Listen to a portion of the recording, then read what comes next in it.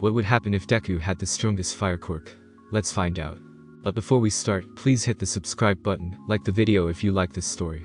Also consider sharing this with your friends, this really helps. Let's start. Izuku Midoriya sighed as he made his way back home, feeling rather depressed despite just meeting his childhood hero. Encountering All Might had been total dumb luck on his part, not to mention the man saved him from a villain, and yet the conversation that arose from that encounter was disheartening to say the least. All Might had told him that if he was quirkless, it just wasn't possible for him to be a hero. Izuku turned his gaze towards the darkening sky, reflecting on the revelations All Might had given him. He was still shell-shocked that the greatest hero was crippled, not unlike Izuku himself in a way.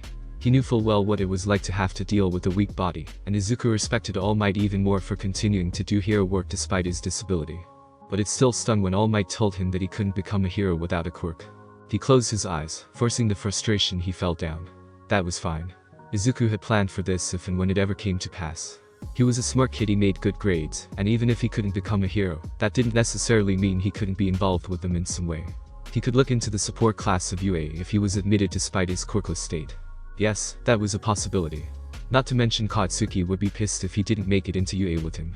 His lips quirked up in a small smile at the thought of his friend. Katsuki was rough around the edges and well, okay, he was actually a complete asshole, but they'd known each other since they were 3, and he was the only friend Izuku had. The guy was honestly like an angry mother hen, if angry mother hens could make big explosions and screamed at everyone for annoying them. Suddenly, an uproar from a nearby street grabbed his attention. He blinked and approached the crowd, trying to figure out what was going on. He spotted several heroes keeping the crowd back, away from a huge fire, and a writhing mass that looked disturbingly similar to. Izuku stared in horrified disbelief. It was a sludge villain that had tried to possess his body earlier. The one All Might had captured. He must have escaped somehow when I was nagging All Might, Izuku realized. Guilt swelled up in him until he almost felt sick. This is my fault. Everyone stay back. That was Kamui Woods, shouting at the crowd. The villain has taken a hostage. Please back away and remain calm. That must have been why the heroes weren't fighting the villain, Izuku realized as he worked his way to the front of the crowd to see better. From what he could see, none of the heroes had a quirk that would work well against this particular villain. Some were doing their best to put out the flames raging in the street, but they couldn't approach the villain himself. He found himself silently praying that All Might was nearby and would do something about this. The villain suddenly turned so that Izuku had clear line of sight to the hostage's face. It was Katsuki. His eyes were white in terror. Before he even realized what he was doing, Izuku bolted past the heroes and straight towards the villain.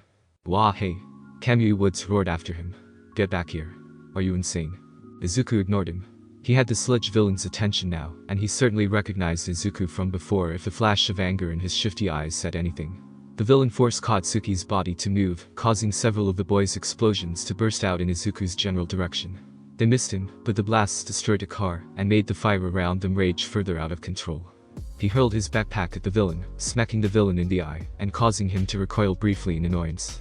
Izuku started to scrabble desperately at the sludge imprisoning Katsuki, trying to free him with everything he had. Deku. Katsuki managed to gasp out, glaring in bewildered fury at his classmate. Beat it. What are you doing here? I came to save you.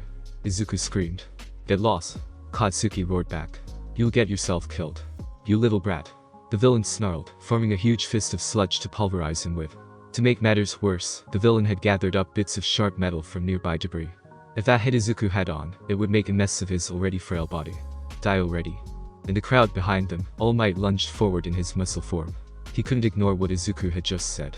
He was already kicking himself for letting the villain escape, and now this quirkless boy had taken it upon himself to act where no one else including himself had done a thing. He felt so ashamed of himself that his deteriorating condition flew to the back of his mind so that he could save the 2 boys before him. But he wasn't going to make it. All Might reached out desperately as the villain's fist came down on Izuku. Izuku stared at the incoming blow with terrified eyes, but greater than his fear was the desperation he felt to save Katsuki. He felt it all bubble up inside of him as his friend's eyes rolled into the back of his head from unconsciousness, pushing him over the edge. Let him go. There was a blinding flash of emerald light, momentarily stunning All Might in his rush, but when his eyes recovered they whitened in shock. That's... Wild, emerald fire blazed around Izuku's body, wrapping around him in a protective shield, and causing 2 locks of hair on his head to rise up like flowing horns. The flames surrounding them intensified and flared, causing the villain to flinch away from the boy. What? The villain screeched. Why do you have that? You monster. Izuku looked up at him, desperate anger in his eyes. He brought his right hand back, drawing in the fire around them and changing it into more emerald flames. With an almost feral cry, he thrust his hand forward and sent a torrent of flame at the villain. A surge of green fire smote the villain and tore him from Katsuki's body, setting the sludge alight until it was boiling from the heat. He screamed in agony as Katsuki collapsed, now free of his captor, but exposed to the fire as well. All Might acted in that instant, creating a blast of air with a single overwhelming blow towards the ground. Detroit smash. The explosion of air pressure blew all the flames away, and though it knocked Izuku off his feet, it managed to save Katsuki, and to a lesser extent the sludge villain, from being burned to death. All Might blinked as the emerald fire around the boy vanished instantly, and what few flames remained around them fizzled out. His experienced eyes surveyed the aftermath of the boy's unexpected attack. Thankfully, the majority of the blaze had been concentrated on the villain, and had left everything else relatively unscathed, allowing All Might to wonder about Izuku for a moment. He approached the boy and knelt to inspect him, but he was obviously unconscious. Can I become a hero even though I don't have a quirk? I want to be able to save people with a smile on my face, just like you do. All Might's eyes narrowed, perplexed. That's what he said, but those flames were definitely his doing. Was he just lying? He dismissed that thought almost as soon as it came to mind. No, he wasn't lying. There's no faking that kind of honest desperation. The kid was an enigma, a curious one at that. All Might found himself legitimately interested in what was going on with the boy. Izuku was quiet on his way back to the apartment. Following a quick medical checkup to make sure he was alright and a brief shooing out from some of the heroes, he was dismissed and allowed to go home. None of that really bothered him since Katsuki had ended up being alright as well. That was obvious enough when the boy yelled at Izuku for being stupid and jumping into a dangerous situation without a quirk. Or rather, jumping into danger without a quirk that he could use. He tilted his head back so he was looking at the sky with a despondent expression. I did it again. I am here. Izuku nearly jumped out of his skin as All Might came racing from out of nowhere and ended up standing on the street in front of him. Hey All Might, what are you doing here? Just wanted to chat hack. All Might spat up blood as he reverted from his muscle form into his skinny true form. He wiped the blood from his chin and looked at Izuku with a raised eyebrow. What's up with the long face? Oh, it's nothing, Izuku said a little too quickly, waving his hands back and forth. I see, the man grunted. He studied Izuku for a moment. That was some quirk back there. The grip Izuku had on his backpack strap tightened. I guess. He told me earlier that you were quirkless, All Might went on, his eyes boring into the nervous child. Why tell me that if you had a quirk? It was a mistake, Izuku replied, looking away from him. I didn't mean to flare up, I don't ever want to use the quirk. It scares people. All Might had a hunch about what was going on here. The more he looked at this kid, the more he felt like he was looking at someone else. Someone he'd encountered back in his prime over a decade ago. Plus the way his flames had looked back there, the way they coiled around the boy's body and formed those fiery horns on his head. You're Heat Viper's kid, All Might said at last. The way the boy's face grew pale and his fists clenched was answer enough for the hero. He's not my dad. Izuku answered vehemently, surprising All Might with his intensity. The boy was starting to sweat, and he looked like he was on the verge of having a panic attack. That guy isn't my dad. Yeah, he's my parent, but he's not my dad. I don't even know him. I'm nothing like him. Brave All Might stepped forward and interrupted him with a hand on his shoulder. Izuku almost flinched away, but All Might's grasp was firm. It kept him steady. The hero's voice lowered to a gentle tone. I don't think you're like him, either. Izuku choked, his body going boneless from those words and fell forward. All Might kind of expected that, so he held the boy up and just let him cry for a moment. The hero quietly sighed now that his suspicions were confirmed. His quirk is so similar to Viper's that I actually stopped in my tracks back there, All Might thought to himself. And I'm a pro. If any normal person saw that and knew who Viper was, sheesh, no wonder the kid said he's quirkless. He probably tells everyone that so they don't freak out. Are you gonna be okay? Izuku sniffed and stepped back, pulling out a handkerchief from his pocket to wipe his eyes and nose. Why yeah. Sorry. I'm just stressed, I haven't used the quirk since I was 7, so I'm a bit overwhelmed. All Might hacked up more blood in disbelief. 7 wait, how old are you again? 14. You haven't used your quirk in 7 years. All Might was stunned. The boy nodded meekly. I accidentally flared up in the 2nd grade once, and my teacher had an actual heart attack just from seeing it. Her husband was a victim. All Might's eyes cleared in understanding. And you found out about Viper right after that. MMHM. I didn't want to hurt or scare anyone because of that quirk again, so I just never used it again. I thought if I worked hard enough on my own, I could become a hero without a quirk, but I guess I can't. I'm still gonna shoot for the support class in UA though. I think I can do that. All Might was silent for a long while as he studied the boy's face. Izuku looked tired and scared, but there was a fiery determination in his eyes that reminded him of, well, himself. The boy with no quirk, well, sort of, that had the drive to become a hero through his own effort, so he could help people. The way he moved to save his friend from the sludge villain had amazed All Might. He hadn't moved from willpower or any mental drive. He just moved instinctively, without thinking, without hesitating. When even All Might had stopped and hoped that another hero might come by. Well, he'd be damned if he just sat back and watched this kid jump into the support class in UA. Not that there was anything wrong with that, but this boy needed to become a hero. Izuku, All Might said suddenly. You can become a hero. Izuku froze and stared at him, wide-eyed. Huh, but you said. I was mistaken, he interrupted. Back there, despite having no Quirk to fight with, you jumped in to save your friend when no one else would. Myself included. You were more heroic than anyone else in that moment. I say it again. You can become a hero. The boy looked torn between shock and joy, but they were quickly overwhelmed by uncertainty. But I don't have a Quirk I can use. I have a solution to that, All Might told him. But I offer it to you on one strict condition. I want you to learn how to use your Quirk. Izuku sucked in a sharp breath. No. Let me finish, damn it, the hero chuckled. He pat the boy's shoulder. I want you to learn how to use it for your own good. You flared up today because you don't have any control over it. That's not something you want happening in a dire situation. As a hero, you absolutely cannot risk losing control of a Quirk as powerful as that. Do you understand? Izuku was quiet as he looked towards his feet. All Might went on. I'm not saying this to give you a hard time. I'm saying this because you need to hear it. That power might remind people of Viper, but it's your power. You don't have to use it in public if you really don't want to, but I want you to learn how, anyways. There are people who fear that fire, but there were also people who probably need it. Need it? Izuku asked, disbelieving. Who would need a Quirk like this? Who knows? Perhaps someone who is cold or in need of a light. All Might laughed again. I certainly can't flare up to warm someone or make a dark room brighter with my Quirk. Start out with little things like that if you need to. But my point is, I want to see you make that power into something that people find comforting. The boy swallowed hard. But what if it scares people? It will scare some, the hero said.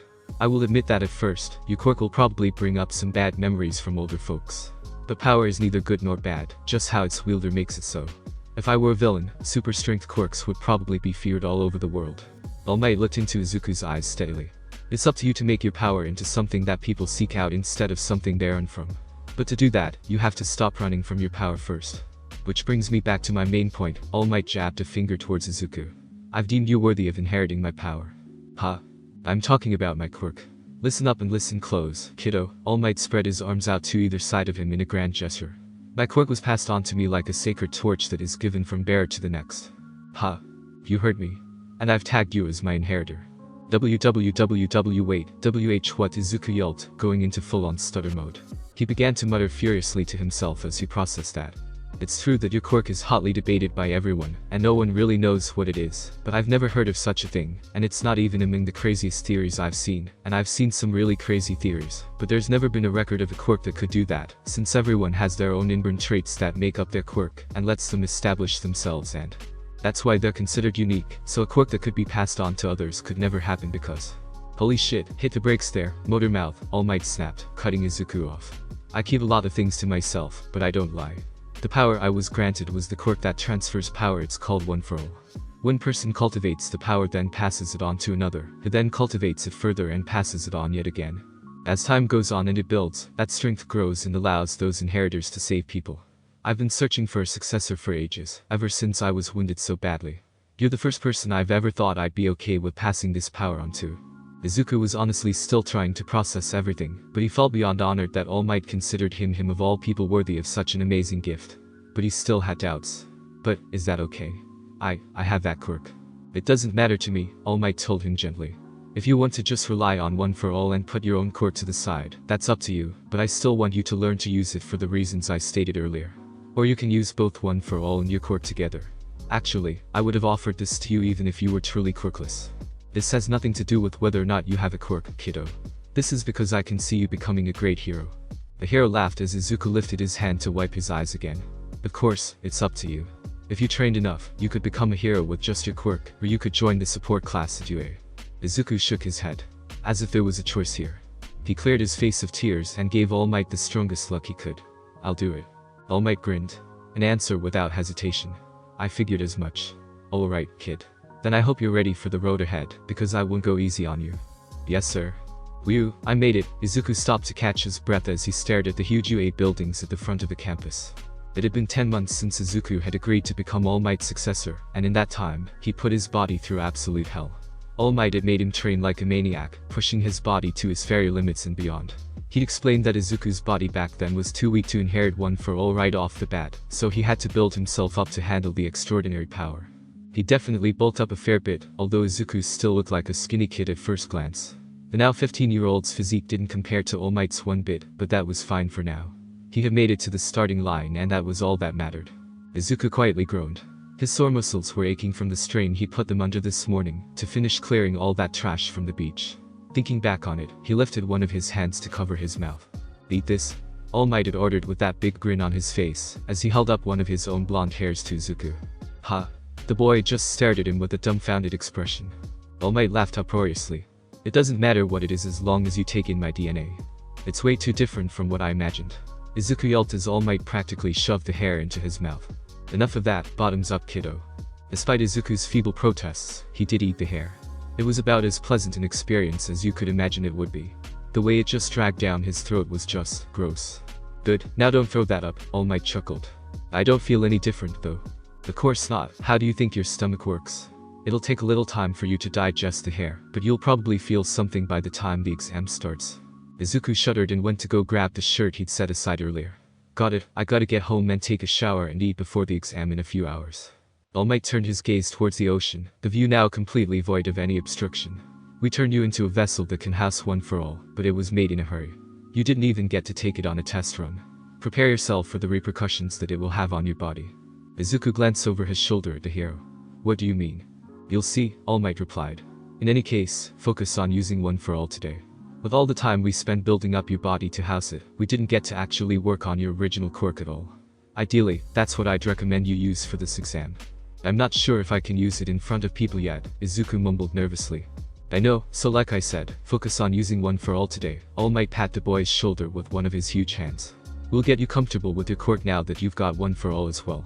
It'll just take time. Focus on the exam for now, young man." "Yes sir." "Ha! Deku." Izuku jumped, torn from his thoughts by the familiar voice. He turned and spotted Katsuki walking towards him. "Oh, Katsuki. Hey." Katsuki looked a little baffled in an irritated sort of way. "What are you doing here? I thought you were gonna take the support course test." "Oh, well," Izuku scratched the back of his head as the other teen reached him. "I had decided to try for the hero course." "You serious?" Katsuki tilted his head. "Dude, you haven't used your quirk since like the 2nd grade. Do you even remember how?" "I think it'll be okay." They were walking towards the entrance together now.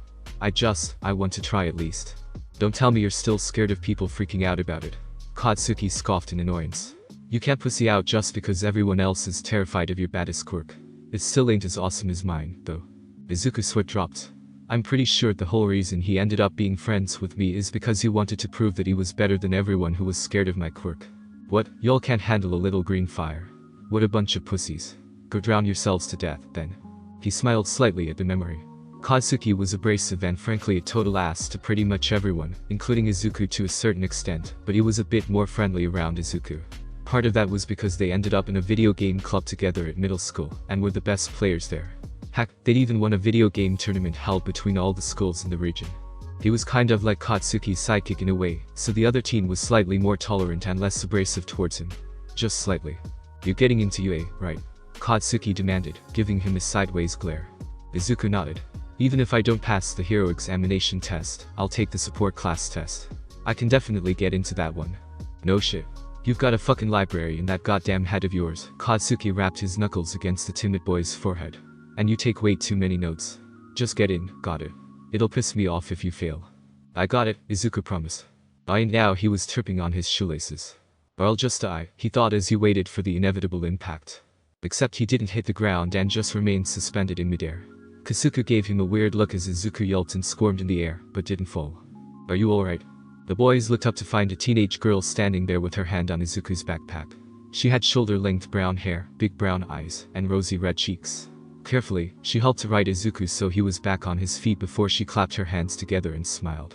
"Sorry I used my quirk without asking, but I figured it would have been bad luck if you tripped, you know. Did nerves get to you?"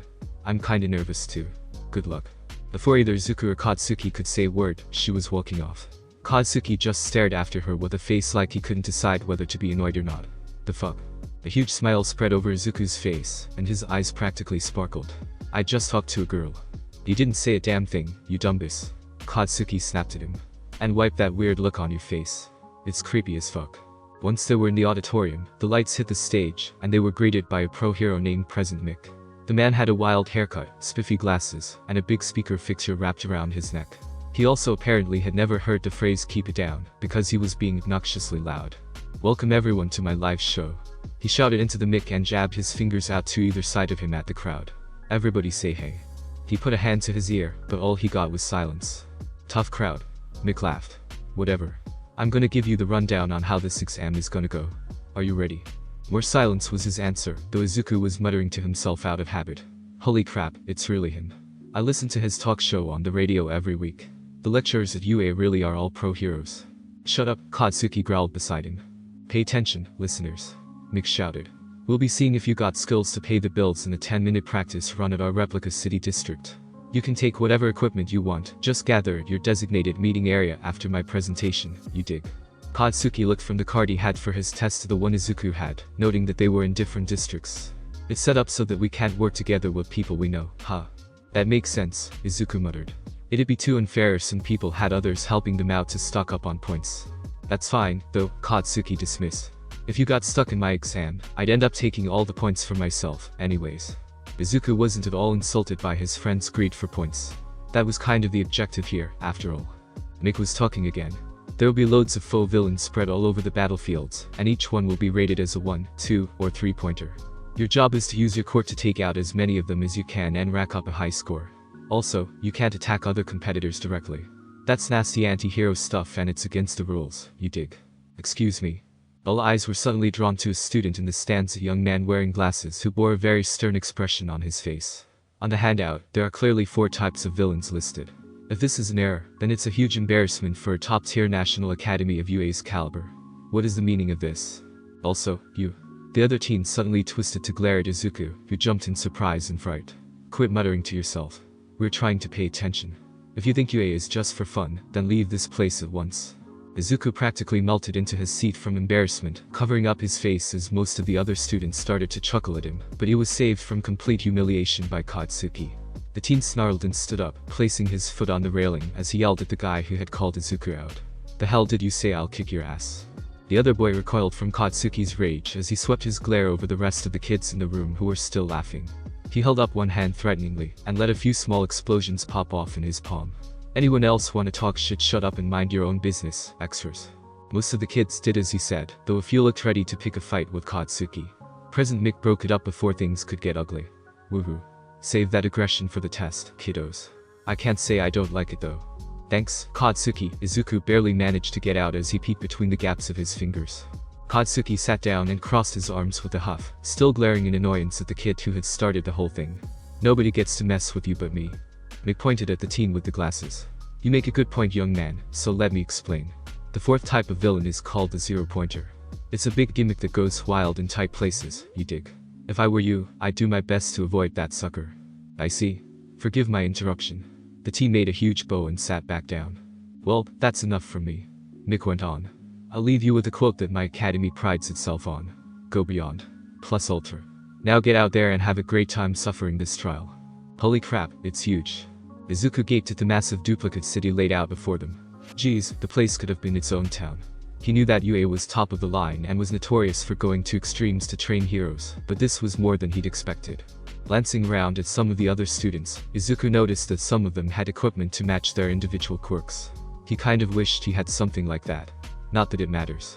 I don't think I can use my flames here, and I've never used one for all before. I'm not sure what kind of equipment would work best with it. His eyes suddenly found a familiar figure, the girl who had kept him from falling when they first arrived. Oh, that girl from before. Maybe I should go say hello. I need to thank her for earlier, anyways. You, stop right there. Izuku went stiff as a board at the sound of that awfully familiar voice, uptight and stern. Oh great. That girl is trying to concentrate. Don't go over there and interrupt her. The glasses-wearing teen who had called him out walked over and placed a firm hand on his shoulder. There was a warning look in his eyes. Who are you, anyways? Are you here to obstruct us during the exam? He jumped. And no. Oh, of course and not. Several of the other kids started laughing as they watched, commenting on his jumpiness and the nerves Izuku was obviously dealing with. He hung his head in embarrassment. They think they're lucky to have me as an opponent. Start. Everyone stopped and turned towards President Mick, who was standing on an observation tower. They all looked confused, but the pro laughed and yelled again. What are you waiting for? They're in a countdown in a real battle, you greenhorns. Get those legs moving. Huh? Izuku blinked, then he realized that everyone else was already running into the district. Oh, crap. He blitzed after them, desperate to catch up with the rest of the pack. It's fine. I fell behind a little, but it's fine. I've got All Might's quirk now, I can do this, I can do this, I can do this. A building to his side suddenly exploded, making him skid to a stop. Izuku's eyes widened as a robot emerged and fixed a single eye on him. 1 point. Target locked on. Kill. The robot lunged at Izuku, who froze in place. Shit. How do I use one for all? I still don't feel any different. It was too fast and close for him to dodge, so he glanced around rapidly. No one was in sight, so maybe. He ducked under the robot's wing and grabbed the bot by its thin wire neck, then let his own quirk flare up. Instantly, he was wreathed in green flames, and the heat caused the robot's sensitive circuits to overload and fail. The steel creature collapsed, neck sizzling from the heat. Izuku immediately stopped the flames and looked around frantically. Good, no one saw me. Maybe if I sneak up on more of them on my own, I can take them out until one for all starts working. It should be working soon, right? 6 minutes and 2 seconds left. McShao pushed him to run off again. He had only gotten 1 point in 4 minutes, he needed more points fast. He found an intersection that was crawling with robots, but they were all being taken out by a mass of students. He saw the girl from earlier touch several of them so that they floated up, then with a clap of her hands, they fell and were destroyed. She set her hands on her knees, breathing heavily before she moved on. That's 28 points. 28. Izuku jumped as the teen with the glasses came out of nowhere and destroyed another robot's head with a huge kick. That's 45 points. 45. He started to panic. They never told us how many villains there were. If I don't get a move on, all of them might be taken and I'll fail. He was about to run off to try and find more isolated villains like before, but before he could do anything, the ground began to shake. Izuku flinched and his jaw fell open in terror as a massive robot appeared further down the street, destroying a building in the process. It had a big 0 on his forehead. Isn't that way too much? He fell to the ground, cowering at the sight of the behemoth robot as it made its way towards him. The other students were already scrambling to get out of its way. Izuku felt like he was on the verge of a panic attack. No. I only have 1 point. I gotta run, but I gotta get points. Why can't I feel one for all yet? Where is it? All the work I did with All Might will be wasted if I can't use it. Ow? He froze and looked over his shoulder when he heard the cry of pain. Izuku realized that the girl who had helped him before had collapsed and was trapped under some rubble. She looked like she was gonna be sick and couldn't move even with the 0-pointer coming at them. She would be crushed. He was going for the robot before he even realized what he was doing. Izuku crouched as he charged, feeling a rush of power surge through his body. He jumped up, surging into the air like a rocket towards the 0-pointer. His fist clenched as he forced that power through his arm, tearing his sleeve with the raw force it gave off. When you use one for all, squeeze your ass super tight and yell this at the top of your lungs. Smash. Izuku drove his fist into the 0-pointer, unleashing one for all's devastating force, and pulverizing the robot, as though it were made of styrofoam. The steel behemoth was lifted off the ground and hurled back with a massive crash, utterly destroyed by the impact. He hovered in the air for a moment, shocked by the degree of damage he'd done, but like all things under gravity's influence, he started to fall. Whoa, shit. Izuku yelped, flailing to regain his balance. Crap, I gotta calm down. This is All Might's power, so I should be able to land all right now. He was suddenly made aware of his right arm, and both legs flopping around at very unnatural angles. Izuku had time to blink at his ruined limbs, before pain like nothing he'd ever felt before sent lightning through his nerves. He screamed as he fell, clutching his destroyed arm with his left hand. Tears flew from his eyes and he struggled not to vomit. I'm an idiot. This is All Might's power. I just barely got to the point that I can keep it in my body without it killing me. I went way overboard with it. Izuku glared at the ground through blurry eyes, trying to gauge this distance. The only way he was surviving this fall was if he used one for all with his left arm. His own quirk wasn't gonna help him here at all. But if he used one for all again, it would destroy his left arm, and he wouldn't be able to move at all. With just 1 point to his name, Izuku wouldn't be able to pass the exam. He was just 20 feet off the ground when he decided his life was worth more than the exam, and curled back his fist to set one for all loose again. But just as he was about to let it rip, a hand slapped his cheek, and gravity ceased to affect him. Izuku floated slowly to the ground, glancing to the side as he realized the girl who had been trapped had floated up on a piece of debris to save him. As they hovered just over the ground, the now nauseous-looking placed her fingertips against each other and groaned. Release. They hit the ground at a safe distance, at which point the girl began to vomit, and Izuku struggled to maintain his composure through the terrible pain in his broken limbs. Thanks. He started to crawl with his left arm, looking around desperately for a robot to attack even in his injured state. I gotta get more points, one won't cut it. Time's up. President Mick's voice rang through his eardrums, and once he realized what the pro had said, despair settled into Izuku's stomach. He let his head fall to the ground and gave up to the darkness taking over his vision, knowing that all his effort had been utterly wasted. Several of the other examinees walked over, but kept a wary distance from him. They couldn't believe the devastation he caused with just one punch. Destroying a robot of the zero-pointer's size with only one blow was crazy. Sheesh, what the hell was that? He sent that huge thing flying with just one shot. But he was so timid before the test started. How the heck does a guy with a quirk like that end up being such a scaredy cat? The teen with the glasses was watching from further away as the school nurse, recovery girl, came up to take care of the injured boy. He was frowning deeply. They're all missing the point. He jumped in to save that girl. Even though he was lacking in points, he acted to protect her from that huge robot. If this hadn't been an exam, of course, I would have done the same thing. Wait a minute. Could that have been a part of the test? He watched as recovery girl used her quirk to heal Izuku's broken body, thinking hard about the exam. An epiphany struck him as he considered all the factors and realized what he was missing. I see. If the test is designed like that, then this kid.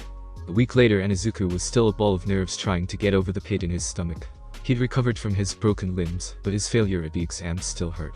Even at dinner, he stared at the fish on his plate for so long that his mother started to freak out a little. He ate a little, but he just didn't have much of an appetite. As he sat on the couch that evening, curling a dumbbell in one hand half-consciously. Day after day, he had replayed the test in his head.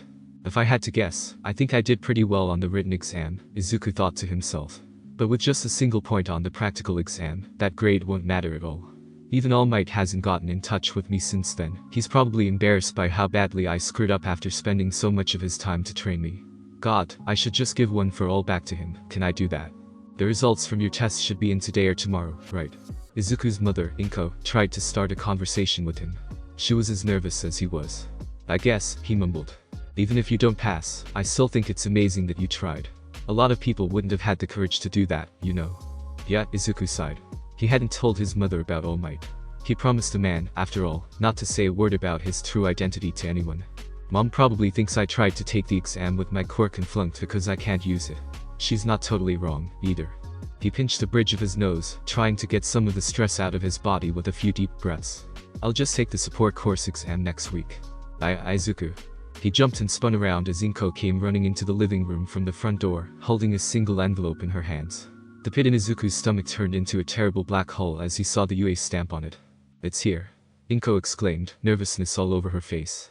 Her son looked absolutely despondent. Izuku took the envelope and retreated into his room, placing it on his desk. He could hear Inko pacing back and forth outside the door, and it did absolutely nothing to help his own nerves. He spent a good 15 minutes just staring at the envelope before he grabbed it harshly and ripped the thing open. Instead of a letter, a small metal disc clattered onto the desk. I am here as a projection. He yelped as a video of All Might was projected onto the wall behind his desk from the metal disc. Izuku glanced back and forth from the disc to the projection in confusion for a few seconds. What the All Might, wait, this is from UA, right? Huh. Sorry kiddo. I had a lot of work to do so I couldn't get in touch with you. The projection of All Might took a bow. But it's all good. We'll be seeing more of each other, since I'll be starting a teaching job at UA. He looked like he was about to say something else that would drop further bombshells on Izuku's already strained brain, but the hero was distracted by someone out of frame. What? Speed it up. I've gotta tell him a few things though, it's gonna push everything else back. How many more of these do I have to do again? Geez, alright, I got it. All Might cleared his throat and said the words that made every cell in Izuku's body feel like it weighed a ton. You passed the written exam with flying colors, but you only got a single point on the practical. So of course, you didn't pass, if that were all. Izuku blinked in confusion. All Might gestured to a video screen behind him. Observe, young man. The video began to play, and Izuku realized that the girl who appeared in it was actually the one who had saved him from falling to death. She looked a little nervous as she approached President Mick, whom she had called to get his attention. Excuse me, I'm sorry to bother you, but there was a boy in my exam with curly hair and lots of freckles. He's kind of plain looking, you know. She was talking about him, Izuku realized. Would it be possible to share some of my points with him? I heard him say that he'd only gotten a single point or something, so I guess he was struggling to pass, but he got really hurt and probably lost points trying to save me from that villain. Could you please at least give him the points he lost because of me? He swallowed hard. She didn't have to do that for me, All Might paused the video and grinned at the screen. What kind of hero course would it be if we turned down people who did the right thing? This ain't some second-rate school you tested for. The exam was not based solely on villain points. The video began playing again. President Mick lifted a hand to pat the girl on the head, grinning in amusement. No worries, Lil Missy. You can't share points, but you won't have to. All Might stepped in front of the screen as the video ended. Laying your life on the line for other people is a huge part of being a hero. We had a special panel of judges looking for just that thing. You only got 1 villain point, but you scored big on the rescue points, kid. You got a grand total of 61 points. And your friend who tried to help you out. The Chaco Araka scored 45 points. He had to be dreaming. There was no way. No freaking way. All Might's grin got a little softer. You pass, kid. The lump in his throat made it impossible for him to say anything. Izuku covered his face with one hand as tremors racked his body. All Might held a hand out to him on the screen. Come, young man. This is your Hero Academia. The staff of UA were looking over the final scores for the examinees who had been accepted into the school. The scores were all displayed on a huge TV screen, giving them all a chance to assess the top students. Damn, that kid took first place without a single rescue point. One of the teachers whistled. Kazuki Bakugo, ha. That's one tough kid. His Quirk let him pick up the pace as the exam went on, another replied. He picked off the 1 and 2 pointers early on, then while the other examinees were running from the 0-pointer, he went wild and stacked up a huge amount of points. In contrast, another member of the staff pointed at the score profile for Izuku Midoriya. That kid placed 7th with just 1 villain point. The only reason he passed it all was because he got a crazy high score on rescue points.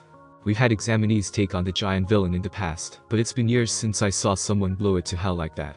I was surprised. President Mick threw a fist in the air. I couldn't help but shout "Yo" when I saw that wicked right. Kid earned his spot here, fair and square. But the injuries he received from the blowback of his quirk were intense, Recovery Girl mentioned. It was as though a child had just manifested their quirk for the first time. It's true insofar that he needs a lot of grooming, another hero added. But if he gets to a point where he can use that power without blowing his body up, he'll definitely become a talented hero. That punch reminded me of All Might. In the back of the room, a tired-looking man in dark clothes and a silver-gray scarf eyed Izuku's profile disdainfully. What a ruckus. Izuku ran to the beach as soon as he got a text from All Might. He didn't care if it was the middle of the night, he had to see the guy. He spotted the lanky figure waiting for him by a small pier and shouted, All Might. The man choked up blood with a stutter. Who's that? Izuku suddenly heard people calling towards him. What? All Might. The hero lowered his voice to a hiss. Repeat after me. I had the wrong person. Izuku waved his hands frantically at the couple standing on the pier not far off. I had the wrong person. They made sounds of disappointment, but All Might's cover was saved, so they both sighed in relief.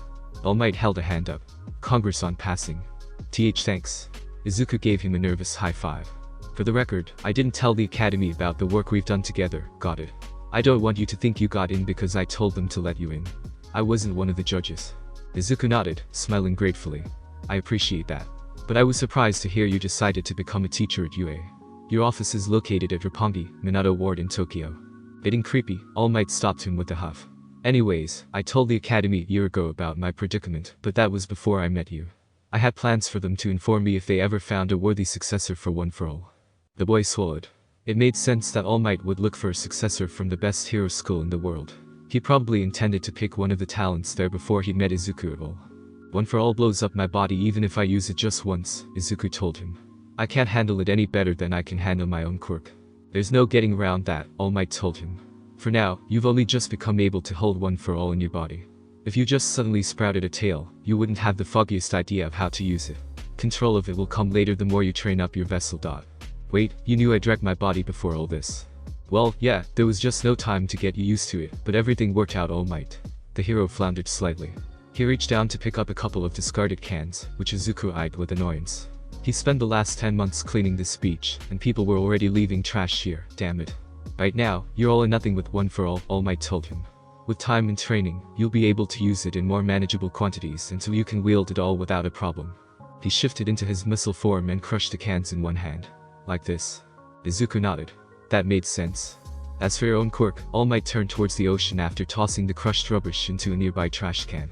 We haven't gotten to practice it at all since we were trying to build you up to use One for All. I saw you use it briefly during the exam, though. The boy suddenly tensed. What did the other teachers think of it? All Might set a hand on the boy's shoulder. They know you've got a flame quirk, but since it was so briefly used, not much else. Your homeroom teacher and other members of the main staff will learn about what your quirk is, though. They're given that information so they can train you as best as possible. Izuku looked at his feet, feeling his nerves already go out of control. All Might knelt to look him in the eye. None of them are going to judge you by your quirk, young man. They're all good, fair teachers and heroes. They'll help you learn how to turn those flames into something that can protect people. Okay. I am sorry, he swallowed. I guess I haven't really considered that I'll have to use my quirk at UA. Now I'm about to actually go there and what if I scare the other students with it? All Might squeezed his shoulder. It's true, you might. Your quirk is nearly identical to Heat Viper's, but it's been a while since he was active, and so kids your age probably won't see it for what it is. If anyone does recognize it, they might be intimidated. It's unfair, but that's how it is. It's your job to show them that their fears are unwarranted. Being a hero is largely dependent on your actions. UA is where you'll begin to take those actions. And don't forget, you've got one for all now. You can take both of those quirks and turn them into one that will shine more gloriously than they possibly could on their own. Izuku absorbed those words and just closed his eyes, cementing them into the forefront of his mind. He needed to make sure he didn't forget that. Hold up, is that All Might? No way, when did he get here? All Might and Izuku flinched as the couple on the pier realized who was with them. The hero stood and darted off. We're running, kid. Why yes. All Might glanced over his shoulder at the boy as they hightailed it. The flame I passed onto you is small, but in time, it'll be exposed to wind and rain and grow in strength. You will grow into an inferno to take my place as I slowly fade away. Then my duty will be done. Yeah, that's deep. Ah, that's right. All Might exclaimed. Almost forgot. I need you to meet with me again tomorrow, kid. Come by UA. Ha. Sure, but what for? Izuku stared at the squared hero beside All Might with sparkling eyes. Cementus. Oh wow. I didn't know you were a teacher at UA too. Cementus' sweat dropped at the boy's enthusiasm and quietly muttered to All Might. Is he always like this? He'll get over it in a bit, All Might replied, chuckling. He's a huge fanboy, though. Anyways, Cementus offered the teen a kind smile. That's right. I'm Cementus, a teacher at UA and a pro hero. Izuku bowed politely. It's an honor to meet you. But well, what am I doing here? Here was a huge, seemingly empty building with a concrete floor. There didn't appear to be anything special about it, which was why Izuku was so puzzled. Despite the building being on UA's campus, it was rather plain. This is a facility of my own devising, TDL, Cementus explained. Better known as the training dreamland by the students. Using my quirk, I can prepare terrains and training objects personalized for each student. He knelt to touch the ground, and as Izuku watched, a few sections of the floor rose up to create several man-sized spires of concrete. Later in the semester, your homeroom teacher will bring you and the other students out here to develop special moves with your quirks, but that's not why we're here. Izuku jumped as a small, white creature hopped onto All Might's shoulder from seemingly out of nowhere. It looked like a large mouse in a suit with a scar over its right eye, but it spoke as well as any human. The creature gave him a wave with one paw from its place on All Might's shoulder. I'm Nezu, the principal of UA. Principal, Izuku yelled, starting to panic. Wait, I'm not in trouble, am I? You're not, so settle down. All Might was quick to reassure him. You're here for a different reason. He sagged in relief as Nezu jumped to the ground and approached him. All Might explained the circumstances to us regarding your quirk. You haven't used it in several years, correct? Izuku nodded, feeling a little uncomfortable. Yes, sir. Because of that, your elementary and middle school records have almost no information about your quirk, Nezu went on. But we can't have that. UA needs more information than the simple flame quirk you're registered with. Oh, he realized what they wanted now. It made him feel small, and a pit formed in his stomach. Don't look so worried, Nezu smiled at him. No one here is going to judge you for your quirk resembling Heat Vipers. You don't have any control over that.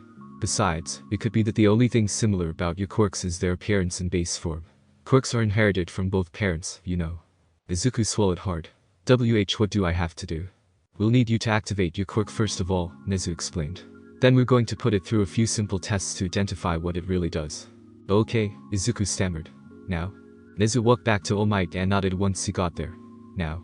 He squeezed his eyes shut and tried his best to will the flames to gather around his body, but they weren't coming as fast as they had when he flared up against the sludge villain.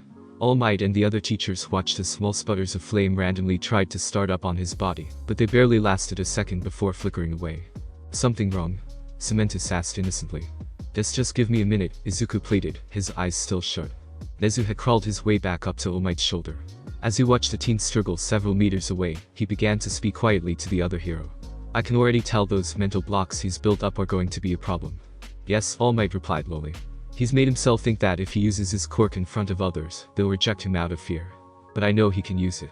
A situation where his quirk is triggered by adrenaline is very different from a passive one like this, Nezu said. But perhaps we can work around that for now. He nodded to Cementus, who tapped the ground quietly. In an instant, the ground beneath Izuku's feet was pushed up several meters, causing the boy to yelp in shock. With that quick shot of adrenaline, his quirk flared up and consumed his entire body. There we go, All Might smiled apologetically. Sorry kiddo, but we figured you could use a little jump start. It's fine. Izuku stammered. He adapted himself to the heat and the sight of green flames licking his body after a few moments. Thanks. Cementus lowered him back to ground level, scratching his chin. Well, your skin is fireproof. And not really, Izuku told him, holding up one hand to watch the flames. My skin is pretty heat resistant, but I'm only fireproof to these green flames. I was messing with my mom's candles one day and got burned a little. It took a while though. All Might raised an eyebrow. What were you doing with candles? My mom puts them out every now and again to make the house smell nice, the teen said. I didn't use my quirk, but I wanted to see if I could touch regular fire somehow and well, I played with the candles for too long, I guess. All Might's sweat dropped. Somehow, he could definitely see Izuku doing that. Speaking of outside sources of fire, Nezu pressed a button on a datapad he had extracted from his pocket, and after a moment, a section of the floor opened up like a sliding door, and revealed what looked like an oversized Bunsen burner. All Might said you could manipulate other flames from the sludge villain incident. I'd like you to demonstrate that, please. The burner lit up, prompting Izuku to turn towards it. He held his hand out, narrowing his eyes in concentration. He was willing the flames to come to him, and they did after a few moments. The flames rushed towards him as though he were a magnet, quickly reaching the teen in his own green fire. The moment the outside flames touched the green fire, the latter began to consume the former at a rapid pace. Izuku was careful to make sure the flames didn't get too close to him, until his own fire had completely transmuted them into the familiar green flames. Nezu watched with a thoughtful look, typing notes on his datapad all the while. I see. So your quirk attracts and changes outside sources of fire into green flames. How's your control? Izuku waved one hand to the side, and the flames followed. He could bring them in closer and push them away, but the farther away they got, the harder it was for him to control them. They completely fizzled out once they got to a certain distance. It's not bad, I feel like it's kind of rough since I never use it, but I can make them do what I want as long as they're close enough. Looks like 10 meters is your limit for now, Nezu agreed. You can work on improving that once school starts. Can you extinguish them? Izuku focused for a second, willing most of the flames to dissipate, but not all of them. He made sure to keep the flames around his body. He wasn't sure he could get them going again if he cut them off completely. All Might nodded. You've got pretty decent control over them, even if it's obvious you haven't used your quirk in a while. How much flame can you produce on your own? Nezu asked. Without external sources. Izuku frowned and tried to generate as much flame as he could, but it did little more than create a slightly larger cloak of flame around him. After nearly a minute of straining himself, he had to sit down to catch his breath. That's it, I can't make any more on my own. In other words, you need to be close to an external source of flame to take full advantage of your quirk, huh? Cementus said thoughtfully. It's actually somewhat similar to my own quirk. Nezu finished typing on the datapad and leapt down. All done. You're fine to cut the power there, young man. Izuku gladly let the flames vanish totally. He was starting to feel a little too warm for his liking, and he was getting kind of thirsty. How'd I do? Perfectly well, Nezu assured him. I'll add this data to UA's private profile on you. It was a pleasure meeting you, Mr. Midoriya. Enjoy your last few weeks on break, we'll be seeing you again in spring. Nezu and Cementus took off then, leaving Izuku with All Might. All Might walked over and offered a hand to Izuku, pulling him back to his feet. You did great. Thanks, Izuku mumbled, feeling slightly flushed. I'm still nervous, though. If you got over your fear in a day, I'd be very surprised, All Might told him. He set a hand on the boy's shoulder. Give it time. But you saw today that there are people here who see your quirk as your own, right? They don't see your quirk and immediately think of vipers. They see a quirk as your own unique trait, which it is. Viper's flame quirk was similar, but he couldn't attract flames like you can. That's from your mother's quirk, right there. That brought a slight smile to Izuku's face. I guess you're right. I understand if you're still uncomfortable showing your quirk in front of others, but make sure you're prepared to use it, All Might warned him. UA isn't going to be a walk in the park. You'll be pushed beyond your limits each and every day. Your first test is going to be conquering your fear. Remember this, young man. To be a hero is to help others. But you'll only be able to help others if you can help yourself as well. A few weeks later and it was springtime for classes at UA to start. Izuku was rushing to make sure he had everything, even though he packed and repacked it all twice the night before, and once already this morning. His mom was as flustered as he was. You've got tissues. Yes. And your handkerchief. Yes. The non-flammable one, right? Yes. He yelped, stuffing his feet into his shoes. I gotta go. Izuku, wait. Inko called. He stopped with the door half open, impatient and nervous. What? Inko offered him a teary smile. I'm so proud of you, okay? You're really cool. Her words brought a warm grin unbidden to his lips. I'm off. Getting to UA was the easy bit, but Izuku couldn't believe how big the insides of the building were. He was racing through the hallway to find his classroom. 1A, 1A, he panted. Where the heck is it? He finally found the door, which was enormous to say the least. He had to actually lean his head back all the way to see the top. Holy crap, I guess it's for people with gigantification quirks. His hand hesitantly reached for the door handle. Only 36 kids passed the exam to get into the hero course, plus 4 students who got in on recommendations, 20 kids in classes 1A and 1B. These guys are the best of the best to become heroes. He opened the door meekly, peering in, and was immediately given a sense of deja vu. Katsuki was sitting in a chair with his feet propped up on the desk, while the guy who had called Izuku out during the exam was arguing with him. Izuku's sweat dropped. Oh boy. Remove your feet from the desk this instant. Glasses guy ordered Katsuki. That's disrespectful towards our upperclassmen in this school. Katsuki sneered at him. Are you actually serious?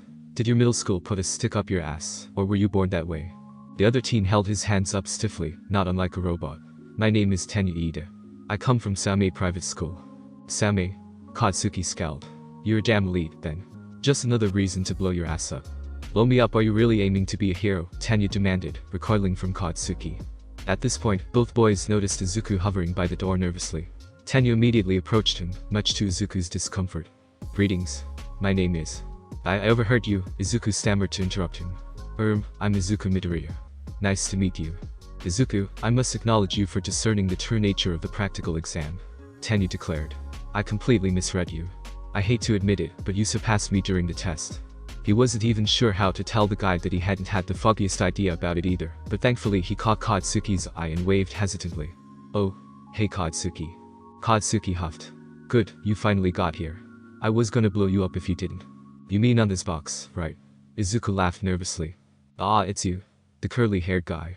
Izuku jumped and spun around only to blush furiously when he realized the same girl from the exam Chako, wasn't it?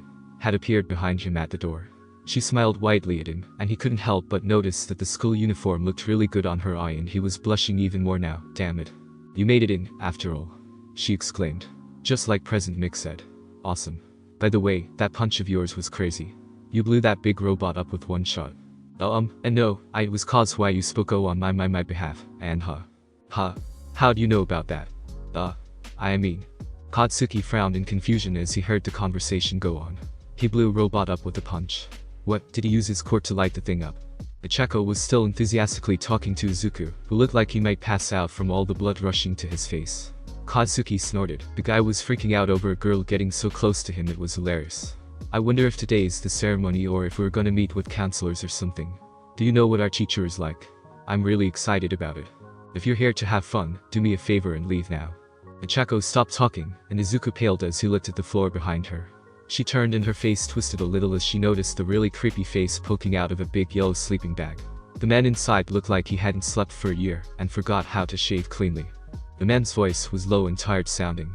This is the hero course. Get your act together. He pulled out a juice pouch and sucked it down in one go. Izuku gulped. What the hell is that? The man crawled out of his sleeping bag and walked to stand in front of the rest of the class. It took you lot 8 seconds to quiet down. Time is limited. You kids aren't rational enough. I'm your homeroom teacher, Shota Aizawa. Pleasure meeting you. This guy is our homeroom teacher. Izuku stared at the man in disbelief. That means he's a pro hero, but I've never heard of him, and I've never seen a hero who looks so worn down. Aizawa reached into his sleeping bag and pulled out a bunch of blue and white track uniforms. This is sudden, but put these on and go to the PE grounds. Toshinori Yagi, more commonly known as All Might, was sitting in his new office at UA going through paperwork and a mountain of files on the new classes. Most specifically, he was focusing on the information about Class 1A, where Izuku had been assigned. He was already feeling concerned that the boy might be unprepared for the early trials of the school. UA's teaching system is very different from others, he thought to himself. Depending on the homeroom teacher he's assigned, even the first day can be unforgiving.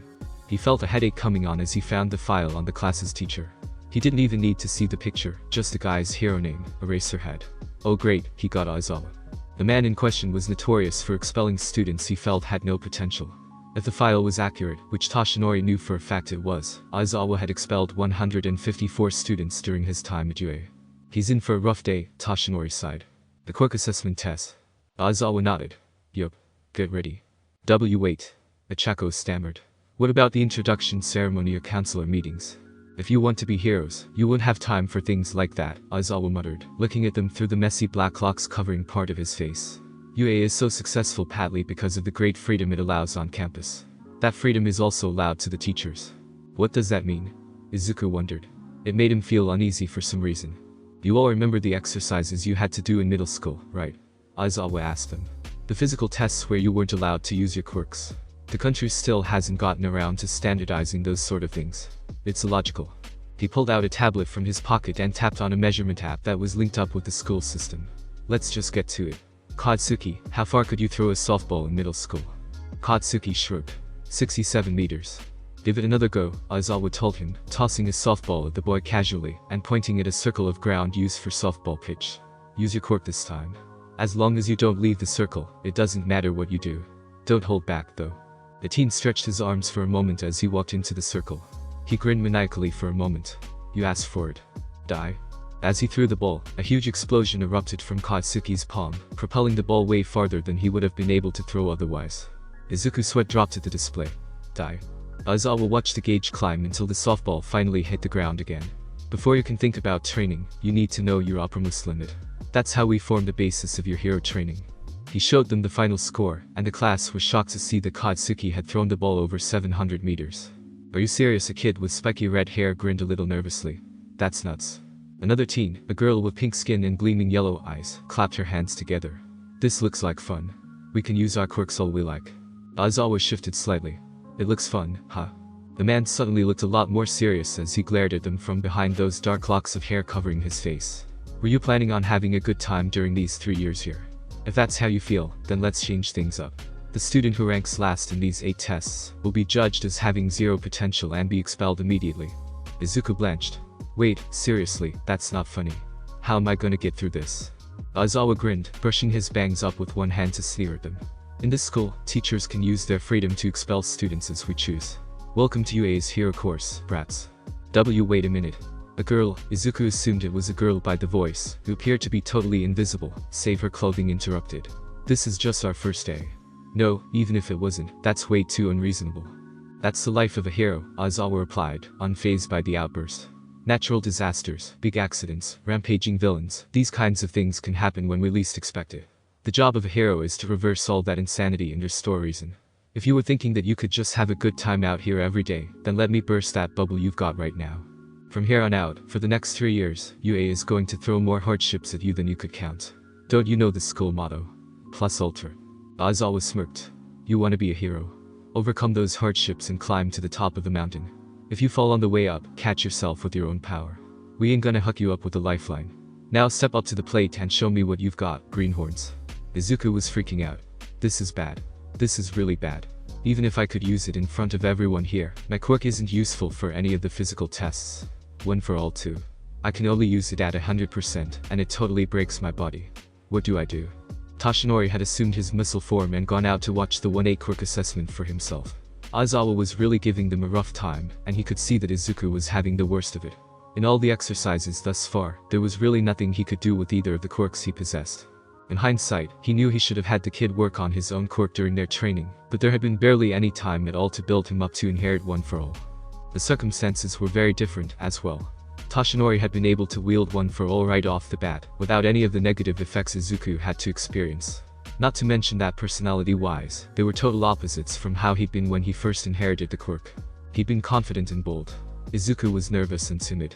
Your low self-esteem and the fear of your quirk causing others to reject you are making it even harder for you to behave like a normal teen, Toshinori thought. Even so, UA and I can't afford to coddle you. Sorry kid, but you've got to figure this one out on your own. They were back to the softball throw test. After going through the 50-meter dash, grip strength, standing long jump, and continuous side jumps, Izuku was 100% sure he was well and truly screwed. The only tests after this were the long-distance run, toe touches, and upper body exercises. Neither of his quirks were going to be useful for those. It was now or never and he still had no idea how he was going to do this.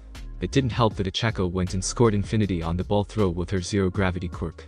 If I don't get a good score here, I'm gonna be expelled, he thought, panicking. I'm just gonna have to use one for all. Even if I blow my arm up, I should get a score high enough to pass. Izuku's not doing very well, is he?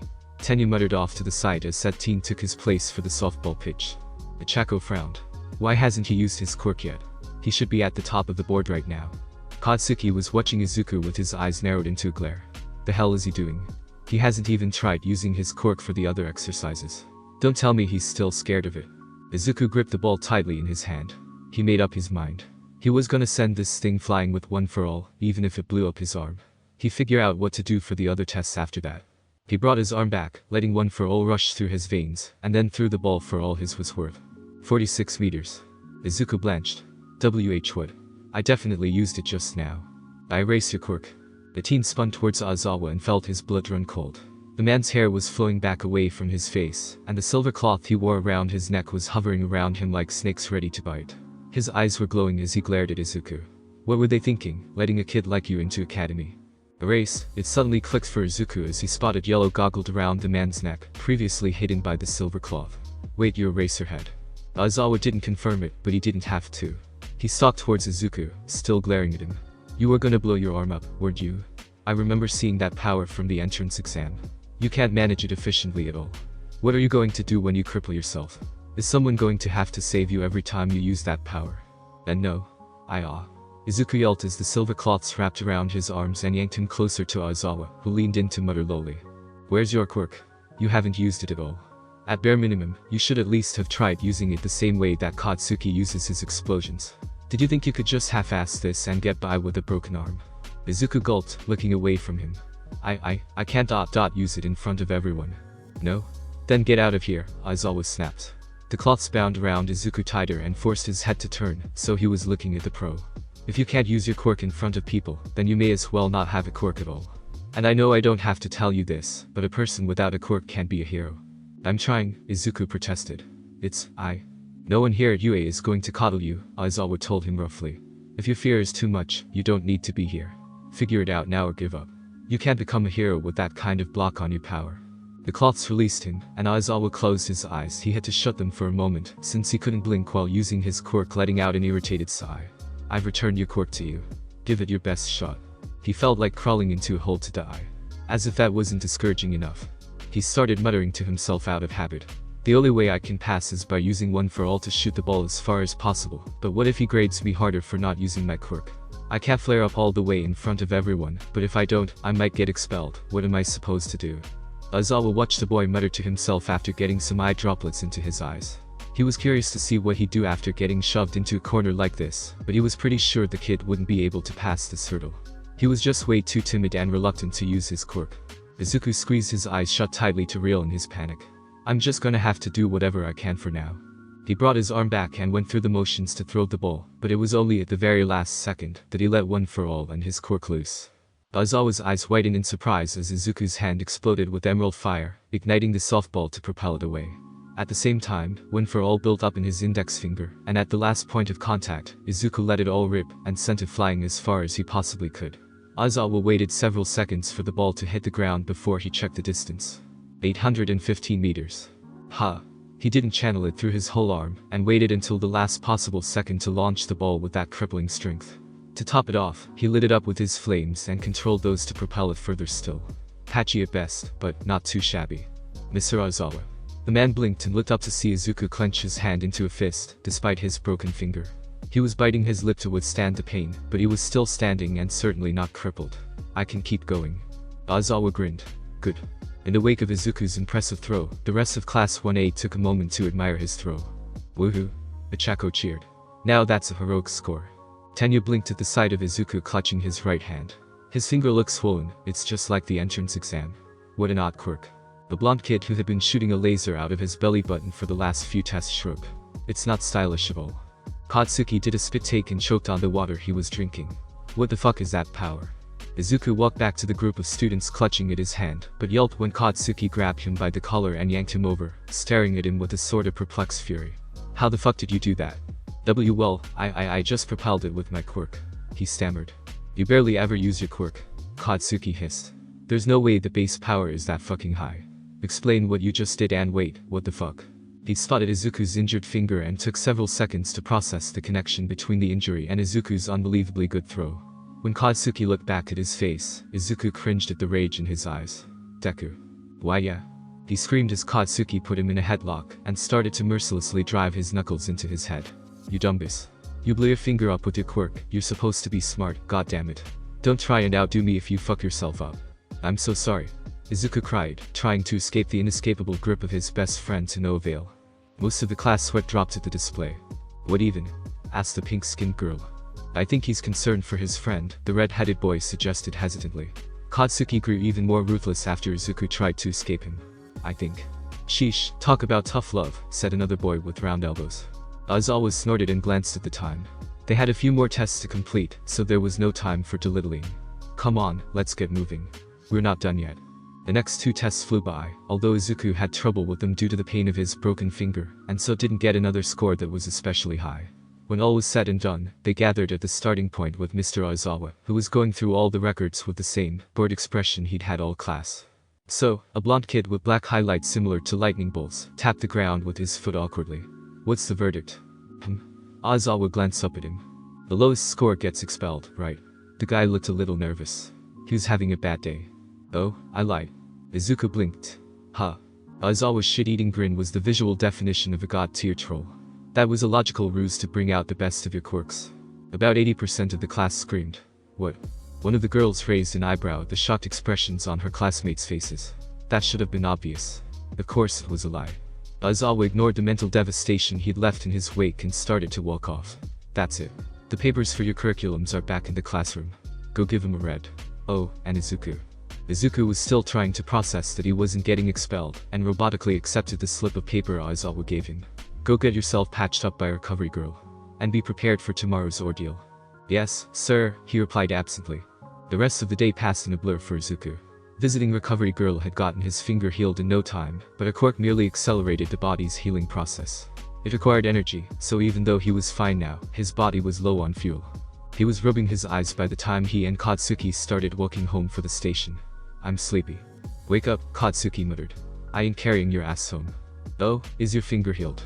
Izuku stood ramrod stiff when the foreign hand placed itself on his shoulder, but he relaxed slightly when he recognized the person to whom it belonged. Oh, Tenya. Why yeah, I'm fine thanks to recovery girl. That's good. Tenya nodded robotically. Katsuki rolled his eyes in exasperation. It's because this dumbass blew his finger up in the first place. Tenya fell in beside Izuku on the opposite side of Katsuki, and held his chin in thought. I have to say, Mr. Aizawa surprised me. I never would have expected a teacher to encourage someone with deception. Izuku nodded silently. Tenya seemed a little scary before, but I guess he's just really diligent. He's not bad once you get past the intimidating part. Hey. The trio stopped and turned at the sound of their classmate's voice. Ichako was rushing towards them from the school, prompting Izuku to start blushing out of habit. Are you guys heading to the station? Wait up. Katsuki stared at her. Round face. Bound Ichako stopped dead and stared at him incredulously. You're the Infinity Girl, Tenya said after a moment. Ichako recovered from her shock at Katsuki's comment and nodded, smiling brightly. I'm Ichako Araka. You Tenya Ida. Katsuki Bikago, and Deku Midoriya, right? Deku? Bikago. Yeah, earlier you called him Deku, right? She pointed at Katsuki, who still looked outraged and baffled. The blonde teen huffed angrily. I call him that cause he can't do anything with his quirk. Also, it's Bakugo. And my real name is Izuku, Deku corrected her timidly. Tenya chopped a hand towards him. So it's an insult. Oh, gosh. Ichako put a hand behind her head in embarrassment. I'm sorry. But you know, Deku kinda reminds of the word for don't give up, so I kinda like it. I'm Deku. Katsuki choked on his own saliva from witnessing the hilariously red face the green-haired teen was sporting. What the fuck is that weird look? Izuku, you accepted that too easily. Tenya admonished. Izuku covered his blazing face.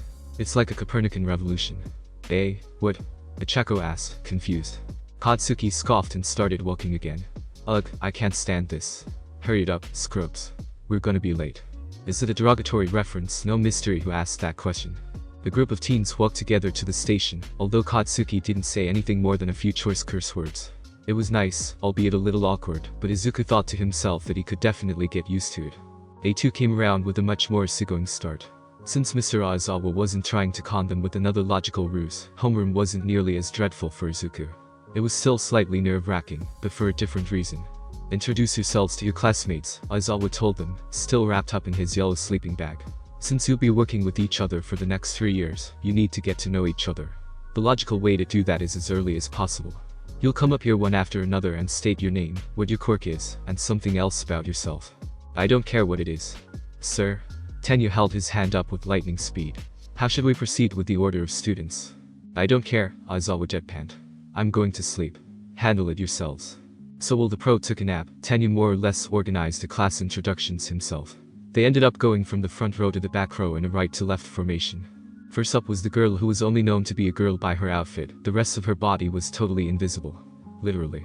She was completely see-through. Aha, this is kinda embarrassing with everyone looking at me, but whatever. Hi, I'm Toru Higakure. My quirk is called transparency, and it's kinda obvious what it does, right? Something else about me, oh. I like plushies and other cute stuff. Next was a huge guy with a mask over his mouth and 6 arms. I'm Meizo Shoji. My quirk is dupli arms. I can create replicas of my body parts on my tentacles, like my mouth, ears, and eyes. I've never really had any worldly desires, so I guess that's it. I'm Masahiro Jiro, said the next student, a blonde guy with a long and powerful tail. My quirk is just my tail. It's more or less a third arm, but it helps me maintain my balance. Something about me, I practice martial arts. The next guy was excessively glamorous. I am Yuga Aoyama, the blonde teen announced with a dramatic flourish of his hands. My quirk is the fabulous naval laser.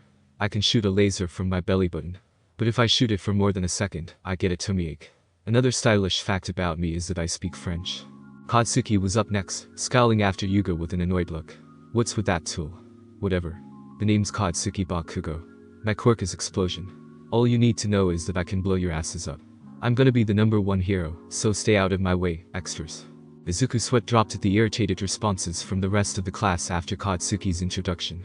Yep, that's classic Katsuki. I guess he's in a good mood though, since he only cussed us out once.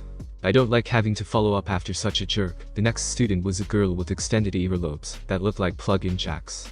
She scowled at Katsuki, who sneered back, but ignored him otherwise. My name is Kyokujiro. My quirk is called earphone jack. I can insert them into objects and send the sound of my heartbeat through them. I can also hear pretty well, even through really thick walls. Oh, these stretched too. She showed them by letting one of the jacks extend until it was several feet long before she retracted it. I can play music with a few different instruments. Next up was the blonde guy with black lightning-shaped highlights in his hair. He grinned confidently. Hey. I'm Denki Kaminari, my quirk is electrification. I can let loose a bunch of electricity from my body and shock people by touching them. I kinda short-circuit if I go over my wattage limit though. I like reading manga and comics.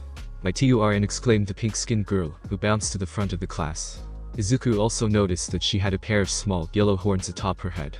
In addition, the sclera of her eyes was black, making her golden eyes pop out. I'm Mina Ashido and my quirk is acid. It lets me secrete corrosive acid from my skin, which is why I got this hot purple-pink tone to me. I can control its solubility and viscosity, but I like using it to surf on whatever I want. If I use it for too long, I start losing my own resistance to it.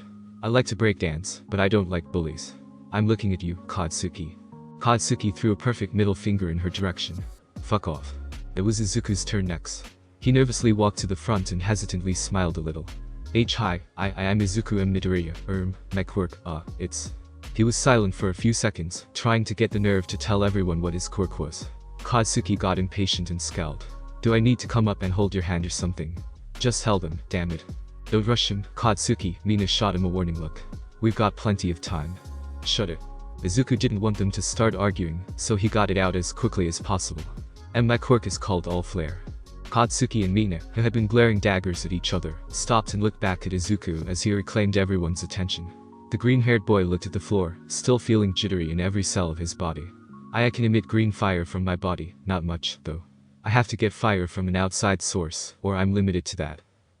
My green fire changes regular fire to the kind I can use. I'm a little heat resistant, but flames that aren't mine can still burn me after a bit. Oh. If I concentrate them in one place, they can create an explosive force. That's pretty much it. You gonna tell us something about yourself? Kyuka prompted, lazily swinging one of her jacks around her finger. Oh? He stiffened and nodded jerkily. Izuku had completely forgotten that part. I thought I play video games. Competitively. Sometimes. Izuku all but ran back to his seat, trying to hide his burning face from the eyes of his classmates. For an introvert like himself, that was a nerve-wracking experience. The next guy was a teen with rounded elbows. Well, I'm Hantasero. My quirk is tape. I can shoot this material that's kind of like tape from my elbows. It's a lot stronger than regular tape though. It can support my body weight pretty easily. If I use it too much, my skin dries out. I play video games too. He grinned at Izuku in an attempt to help him relax a bit. We gotta hang out sometime. Izuku managed to smile and nod his head. He appreciated Hanta's effort. It did make him feel a bit calmer. "I'm Ejiro Kirishima," declared the next boy, who bore a shock of spiky red hair atop his head.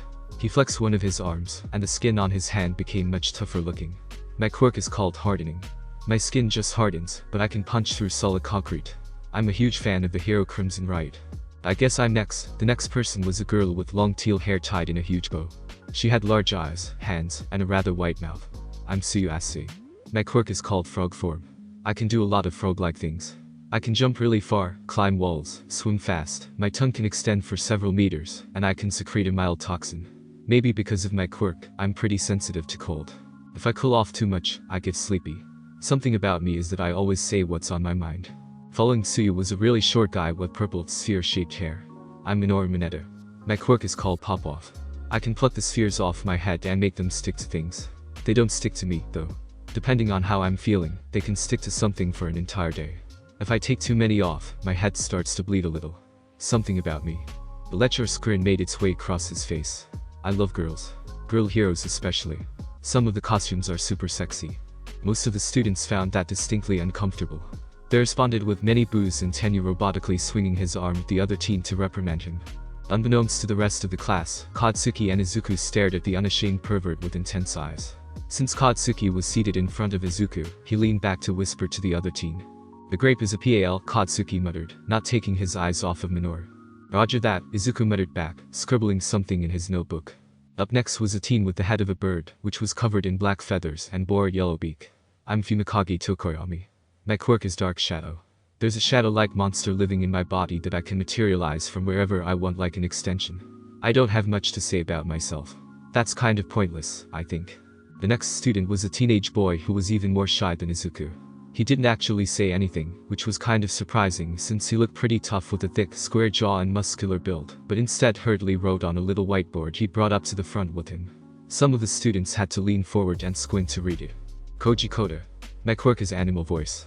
I can talk to animals and influence them to do what I ask. I like animals." Mina threw a big thumbs up in the nervous boy's direction. "Don't sweat it, Koji. That's really cool." Although he smiled a little at that, he hurried back to his desk. "Hello, fellow students." Robotically, Tenyu made his way to the front and waved at them stiffly. "I am Tenyu Iida. My quirk is engine. My legs have powerful engines in them, allowing me to shift up several gears to increase my speed. They're very similar to real engines. My older brother is the turbo hero, Ingenium. He is my inspiration to be a hero." Izuku's eyes widened in surprise.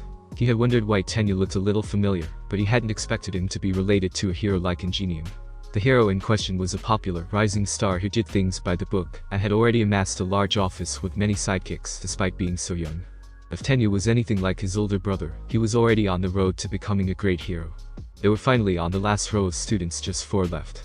"Hello," the first teen from the final row, an attractive girl with long, black hair tied in a ponytail, smiled at the class. "My name is Momoyo Irozu. My quirk is called creation. I can produce objects from any exposed part of my body. I can create virtually anything, except for living things, of course. All I need is to understand the object's atomic configuration and a little time. I enjoy reading and drinking tea in my spare time." The next student was a teenage boy with white and red hair divided evenly down the middle. On the left side of his face, covering his eye, was a serious-looking burn scar. In addition, his eyes were heterochromatic. The left was icy blue, and the right was stormy gray. He spoke quietly. "I'm Shoto Todoroki. My quirk is half hot, half cold. I can generate ice from my right side and fire from my left, but I wouldn't use my left side in battle. I like snow cones." Second to last was another guy with short, spiky brown hair and rather full lips. "My name is Rikido Sato. My quirk is called Sugar Rush. If I ingest 10 grams of sugar, my strength gets multiplied 5-fold for 3 minutes. For every 10 grams of sugar after that, my strength doesn't rise, but the time I stay strong extends an extra 3 minutes. But if I try to use it for too long, my body gets really tired and shuts down for a bit. Something interesting about me is that I like to bake desserts, especially cake." Last but certainly not least was a cheerful, yet somewhat shy familiar face. "Hi, I'm Ichako Araka. My quirk is zero gravity. If I touch an object, it loses its gravitational pull and starts to float. For now, I can make objects up to 3 tons weightless. If I use it for a while, I start to get kinda sick. If I had to pick something to say about myself, I'd say it's that the little pads on my fingertips that I use for my quirk are like a cat's paws." As soon as she was finished, Tenyu stood up and walked over to Mr. Ozawa. "Sir." We completed all the introductions. Aizawa didn't even open one of his eyes. Okay, just review your curriculums and don't be late to your next class. Yes sir. Tenyu replied instantly. Most of the class sweat dropped at his seriousness. Following homeroom, the first half of the day consisted of general studies that all students were required to take: English, math, science, etc.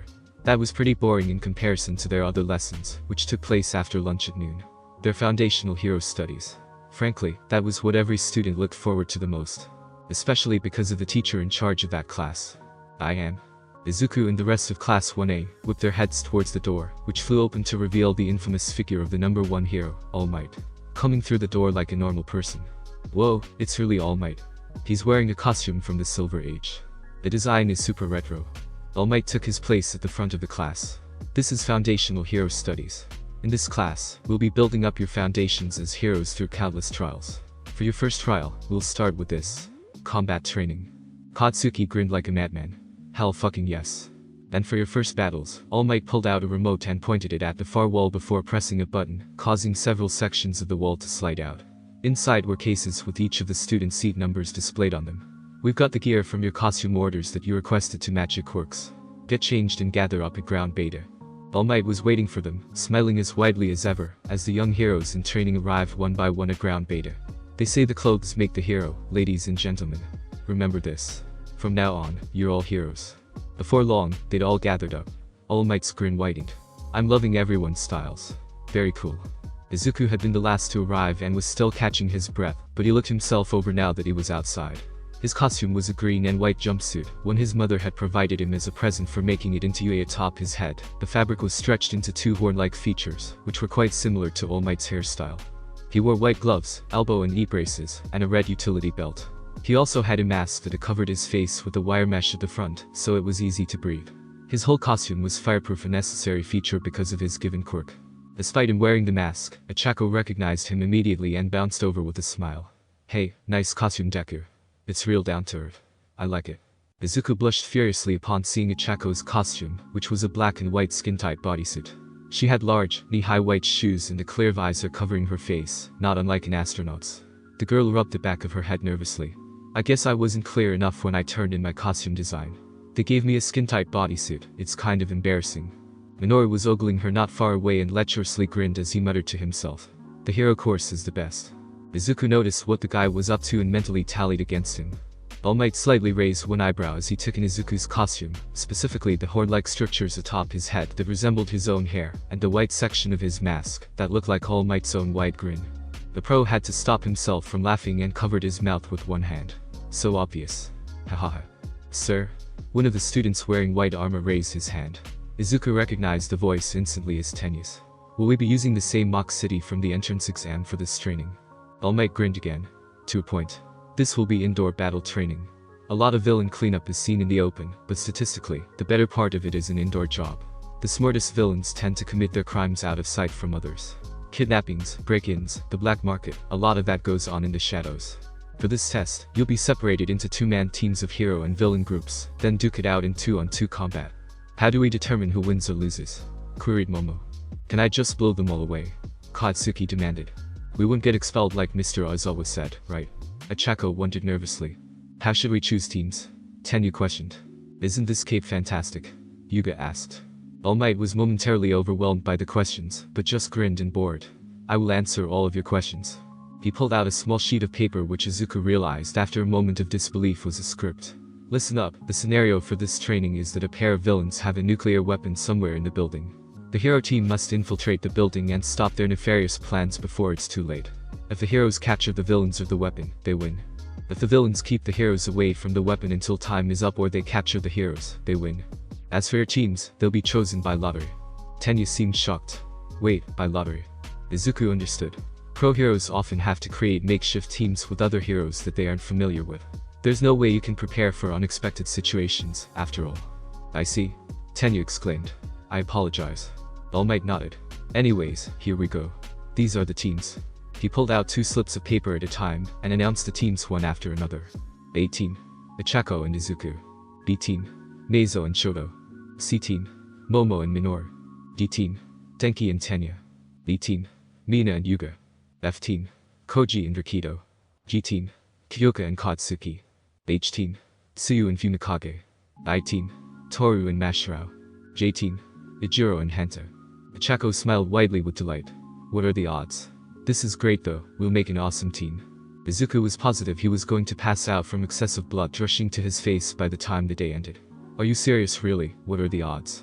All Might then produced a pair of boxes, which were labeled as hero and villain respectively. He reached into the opening at the top and pulled out a pair of balls with a letter on each one. Letters A and D. D-Team will be the heroes. A-Team will be the villains. He was playing the bad guy, Izuku realized. He really hoped the irony in that was just terrible luck on his part. All Might crossed his arms. The villains will start inside the building. You'll each have 5 minutes to come up with a strategy, then the heroes will be able to enter the building as well. The rest of the class and myself will observe through surveillance cameras. Since this is practice training, feel free to fight it out without fear of injury. Of course, if things get too extreme, I'll cut the exercise short, but other than that, no worries. Give it your best shot. Ochako whistled at the huge rocket-shaped weapon they were supposed to protect. Wow, that looks pretty realistic. So, how should we do this? Sweat dropped at the sight of Izuku intensely muttering to himself under his breath. Tenyu's quirk is going to give them an edge in mobility, so we should definitely immobilize him first, but we also have to watch out for Denki's electrical quirk, because it can probably do a lot of damage in a short burst, so finding a way to counter his shock attacks is important. Ideally something made of rubber or another material that blocks electricity. Earth to Deku. Ochako tapped his shoulder, causing the boy to jump and spin around. Wah. Sorry. He yelped. It's okay, she giggled. So did you come up with a plan? Izuku glanced around the square-shaped room, which had a few large steel crates, but not much more than that. The room was surrounded by windows, and there were only 2 doors that led inside, one directly across from the weapon, and another on the opposite end. If they came through that, they'd have to loop around to reach the weapon. Izuku crossed his arms and tapped his fingers against his elbow in thought. I've got something in mind, he said at last. He wasn't stuttering now, and his eyes gained a steady edge to them, surprising Ochako for a second.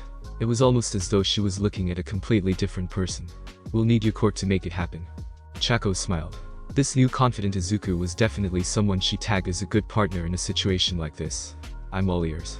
Tenya and Denki were both surprised and slightly nervous that they hadn't encountered either Izuku or Ochako already. They'd searched the bottom 4 floors and were now approaching the top, where they suspected the weapon was being held at this point. However, upon opening the primary door that led to the top floor, they found that it was completely blocked by 2 large metal crates, one stacked on top of the other. They closed that door and doubled back to get to the second access point, hoping that it wouldn't be blocked off as well. Surprisingly, it wasn't. Denki grinned. They forgot about the other door. Tenya glanced cautiously as they entered the 5th floor. Something about this wasn't sitting right with him. It was too easy. They were running low on time, though. Just 5 minutes left out of the 10 minutes they'd started with. They walked around through the 5th floor and, eventually, found Izuku and Ochako standing in front of the weapon. The weapon itself was blocked off by stacks of metal boxes. The only access point to it was from the front, which Izuku and Ochako were guarding. Floating in front of them were 3 more metal boxes, 2 of which Izuku had his hands on. Green flames from his hands licked at the steel, creating a visible heat haze. Honestly, it looked like a couple of kids had taken the cushions out of a mattress and made a play for it, but Tenya was certain there was more to it than that.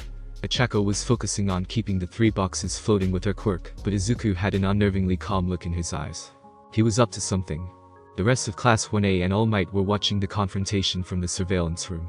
Ijiro raised an eyebrow at the defense Izuku and Ochako had constructed. That's not gonna last very long. All they gotta do is tip him over or just run right past those 2 to reach the weapon. Denki should just electrocute them, Minoru added. His face took on a perverted grin. I hope his electric attacks burn off Ochako's costume. That'd be sweet. While several of the class glared at the teen in disgust, Katsuki's brow twitched and made a mental tally in his head. He was more focused on the fight, though, specifically Izuku. The way he was staring at Tenya and Denki. Deku wins, Katsuki said. Now, All Might held up a finger at the class. We can't be certain of anything yet. Since they're pretty unfamiliar with each other's quirks, it's a matter of how they can handle the situation as it develops. Nah, Katsuki shook his head, surprising All Might and the others with a certain calm in his tone. Deku already won. Sonic the Hedgehog and Sparky are fucked. Kyoko raised an eyebrow, disbelievingly. How do you know that? He's got that look in his eyes, Kasuku snapped, like it should have been obvious. It means he's got a plan. You sound awfully certain of that, Momo said slowly, trying to understand why Katsuki was so positive of the outcome. But if I'm honest, Izuku's quirk doesn't really seem fit to this kind of situation. A highly destructive force that damages his own body is hardly effective here. Katsuki suddenly fished out a small notebook from one of his pockets and opened it up, flipping through the pages. All Might's sweat dropped at the sight. Katsuki, isn't that Izuku's? Did you steal that from him? I borrowed it and I'll give it back later, Kasuku grumbled. Hey, there they go, Hanta exclaimed. Denki had made the first move. Well, since they're both lined up nicely like that, he grinned, letting electricity spark from his hand. Stand back, Tenya. He leapt in front of his partner and let loose a huge bolt of electricity at Izuku and Ichako. As the bolt got closer, Izuku quickly moved the two floating boxes he had in his hands together as a shield. Denki only grinned at the sight. Electricity still runs through metal, you know. Except it didn't. Right before the lightning should have struck the metal crates, it fizzled out into nothing. Denki's jaw dropped. What? Izuku lowered one of the boxes to look back at their opponents, a wide grin on his face. In the surveillance room, Ichiro was just as dumbfounded. What just happened? They should have gotten blasted by that shock, Mina said, confusion clear in her voice. Momo stared at the floating metal boxes, which Izuku had in his grasp to keep them in place, and realized that they were glowing cherry red. Her eyes widened. Heat. He made a heat shield with his quirk. A what? Kyoka asked. A heat shield, she exclaimed. It's something I've read about in a physics book. If an object is heated up to a certain point, the heat can block electrical outputs that try to reach it. With that, an electric attack will just fizzle out. Hanta stared at her, then glanced at the screen, where Denki was trying again and again to shock the villain team, but to no avail. Are you serious? Who even thinks of that? Deku does, idiots, Katsuki snapped. He stopped flipping through the notebook and practically shoved the object towards Momo. Look at that. She took the offered book and blinked at the rough sketch of Tenya, a rough sketch of his quirk, and some rather advanced notes regarding it. Theories on how the quirk worked in and out of combat, his own observations, the information Tenya had told them during their introductions, and much more were written all along 3 or 4 pages in great detail. Deku's got this annoying habit of making lots of notes about pros and their quirks, Katsuki told them. He's good at taking a quirk and breaking it down. He thinks of stuff most people wouldn't even consider.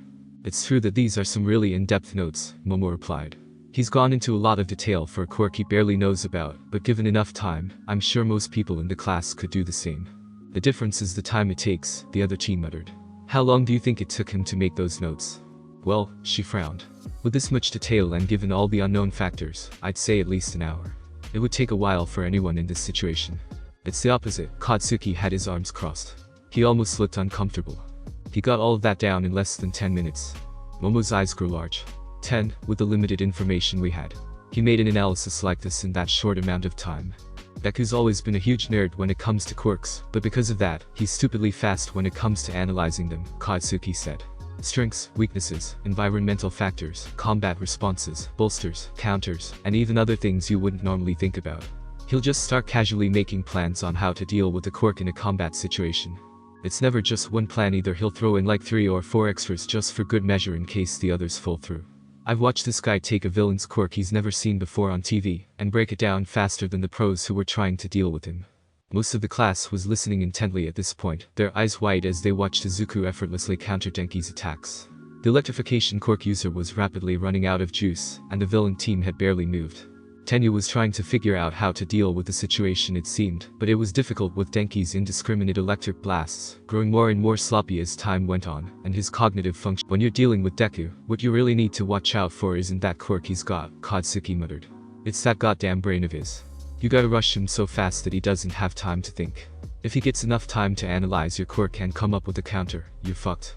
Denki had finally exceeded his wattage limit, with just a minute to spare. The blonde had a stupid grin on his face, and his thumbs were stuck up in the air, like he was signaling that he was okay. WHE. PFFT. Ichako couldn't stop herself from laughing at the sight of his face.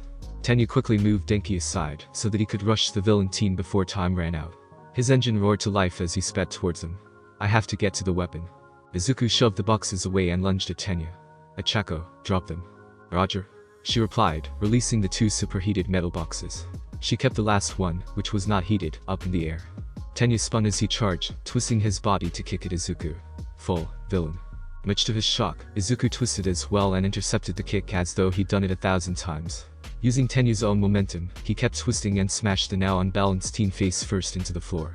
His armor diffused some of the impact, but it still jarred Tenya enough that he didn't notice Izuku immediately whip out the capture tape they'd been provided with. He wrapped it around Tenya's leg in an instant, and placed a hand on the other team's back to keep him down. One hero captured. Tenya is out. All Might's voice announced over the speakers. Tenya clenched his fists in frustration. How? Izuku just picked our team apart. Izuku sighed in relief.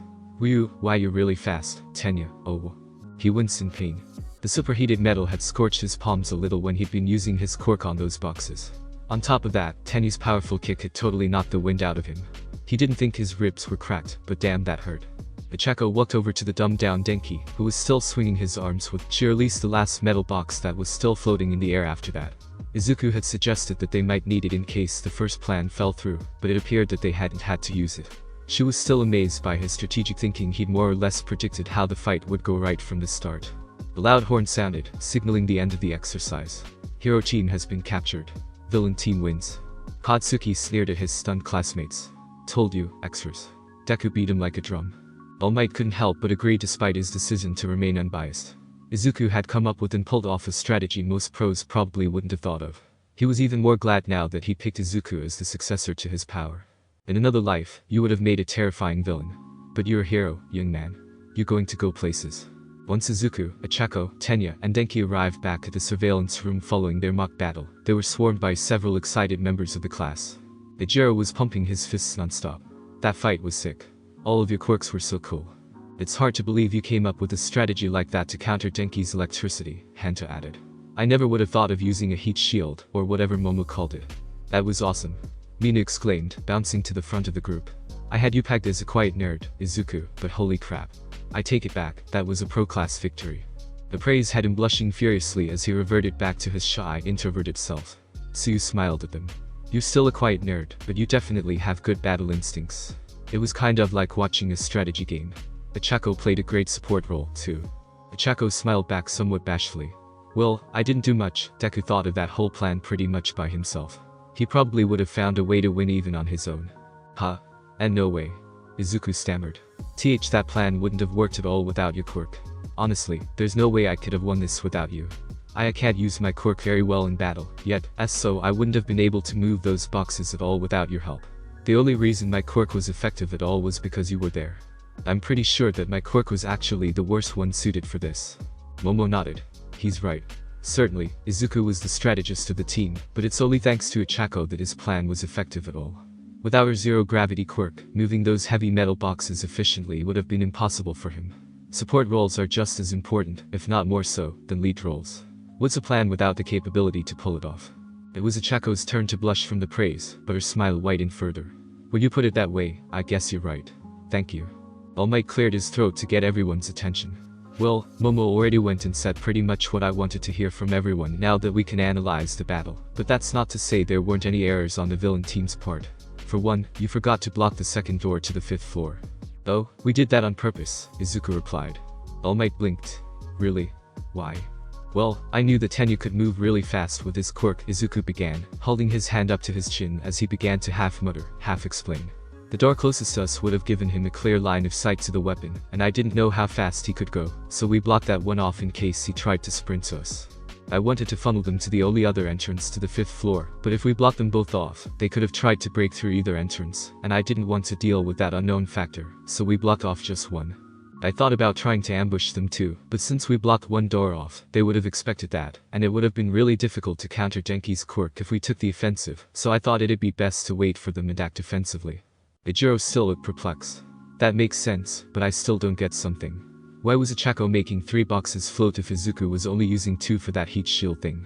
That was one of my backup plans, he replied. In case Tenya had some plan to build up speed and rush us faster than I could handle, I was gonna start throwing that box and the other ones blocking off the weapon at him. The ones I heated up could have hurt him too much. Plus if we had to throw lots of those boxes, they would have started taking up space on the floor and left him with less room to speed up. We didn't end up having to use it, but I didn't want to put all our eggs in one basket. All Might was honestly surprised. He'd known Izuku was a smart kid and had the instincts of a fighter, but he hadn't expected this kind of strategic thinking from the normally timid teenager.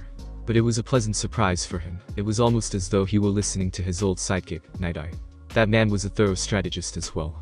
They'd gotten through many battles with almost effortless ease, thanks to his brilliant mind. He would have loved to hear more of the boys' strategy, but they were on a time crunch, so he kept things moving. Well, the villain team had an impressive run, he concluded. But what about the hero team?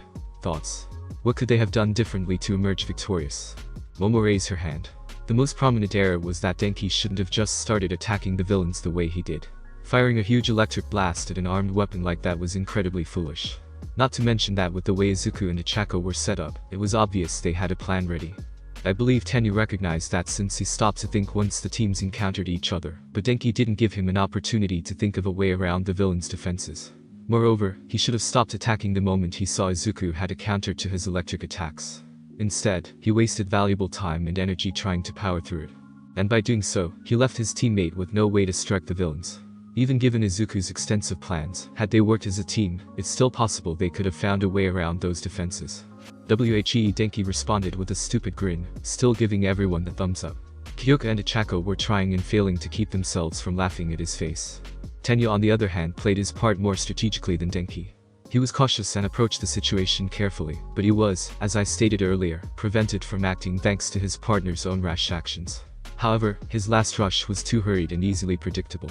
There was still a minute on the clock had he tried to plan a way to get by them while Denki was attacking. I feel he could have done a much better job during that last minute. But Izuku went and caught his kick anyway, Mashara pointed out. He was easily able to counter that. What else could Tenyu have done? Actually, if he'd sped up a little more, I think he might have completely blown me away, Izuku admitted, surprising Tenyu. He smiled at the other teen honestly, lightly patting his own stomach with one hand and wincing a bit. I mean it, you knocked the wind out of me with that kick. I can still feel it. If you'd sped up a little more, I might have been too stunned to react in time. Momo set her hands on her hips, looking slightly smug, though not undeservingly given her thorough analysis, and nodded. Exactly. I see, Tenyu murmured. He'd removed his helmet and ran his hand through his dark hair. So I reacted too quickly and rushed things. A full minute in combat is still a considerable amount of time, as well. I acted too rashly because I was concerned about running out of time. Thank you for the lesson. I shall not repeat this failure. He bowed his head rigidly, prompting Izuku to hold his hands up. Don't worry about it, Tenyu, it's just the first day of combat training, after all. Katsuki glared at the other teen's palms, which were still burned from touching the superheated metal for too long. Despite his costume being fireproof, the heat had been too close and intense to prevent him from emerging completely unharmed. Deku, you gotta quit fucking up your hands. How the hell are you gonna keep playing competitively if they're all busted up? Izuku blinked and looked at his palms, wincing at the burns. They weren't bad, but they stung and he would be lying if he said he wasn't uncomfortable. I know, I just couldn't think of another way to counter Denki's quirk. I didn't have much information about it other than that he could discharge electricity, so I came up with a way to block it the best way I could. Well, for now, get yourself to recovery, girl, All Might instructed him, passing the boy a slip of paper to go to the nurse. Then come straight back here. Those wounds are mild, they won't take more than a few seconds for her to heal. Izuku smiled brightly. Yes, sir. He ran off then, leaving the rest of Class 1A with All Might, who reached into the hero-villain boxes once again. Now then, who are the next lucky teams? Izuku had made it back from Recovery Girl and her short lecture on overdoing things, with his quirk in time to catch the end of the fight immediately after his, which was Mina and Yuga as the heroes against Momo and Minoru as the villains. Well, one could hardly call it a fight. Momo had used her creation quirk to booby-trap the hell out of the doors, and left Mina and Yuga with next to now a way to get to the floor where the weapon was being held. Mina was currently trying to melt the door with her acid, but Momo had made some sort of material that was taking forever to burn through. Yuga wasn't much help, he tried shooting it with his laser for too long, and got a stomachache. Izuku entered the room quietly and flinched when he saw Katsuki staring at the screen with veins swelling along his face, and his right eyelid twitching. He seemed totally oblivious to the fact that the rest of the class had backed away from him several steps, and shot him nervous look every 2 seconds or so. He walked over and nervously tapped his friend's shoulder. What the hell is it? Katsuki growled, turning slowly to glare at whoever had touched him. Oh, it's just Deku. What's wrong? You look really pissed. Like ... more than normal, Izuku asked slowly. He was actually a little frightened of the look on the blonde teen's face. Izuku recognized that face. It meant Katsuki was winding himself up into a time bomb that could explode at any second. It's that little pal, Katsuki hissed through bare teeth, glaring back at the screen.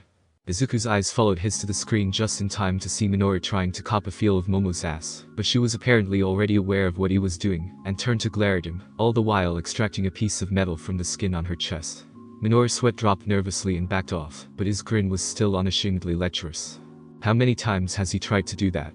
5 tries, even after All Might told him to knock it off, Katsuki answered, clenching his hand until little explosions started popping off. And he succeeded twice.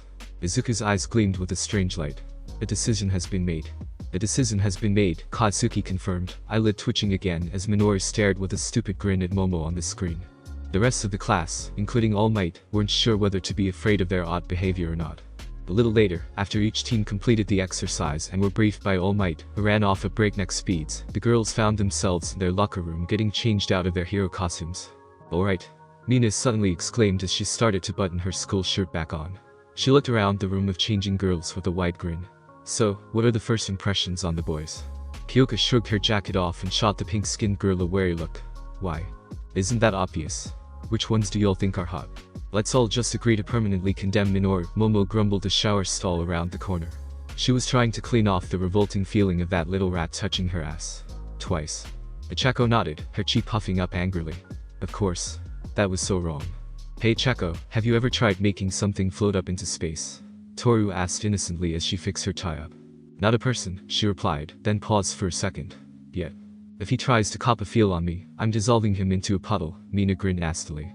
She clapped her hands together. But forget about that little perv for a second and go back to the main subject. The boys. Who's hot and who's not? Tsuyu shrugged. They're all okay, I guess.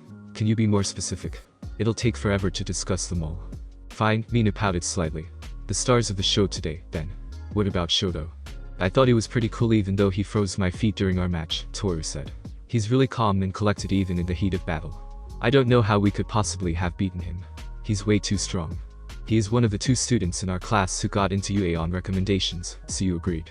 It's to be expected of him. Momo was amazing as well, even with her partner doing nasty things throughout her match. I guess he's kinda cool, Mina eventually decided.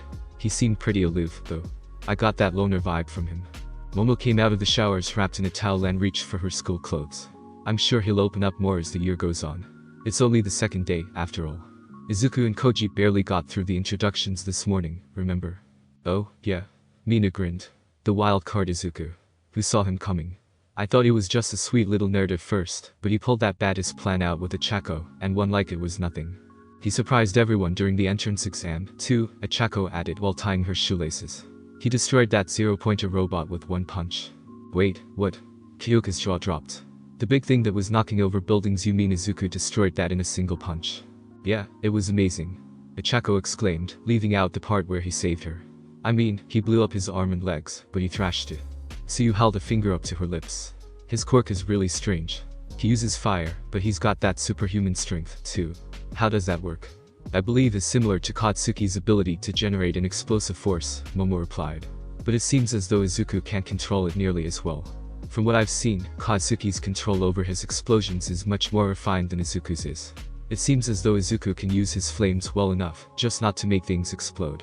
There's probably some kind of backlash to it that his body can't handle. Toru clapped her hands together.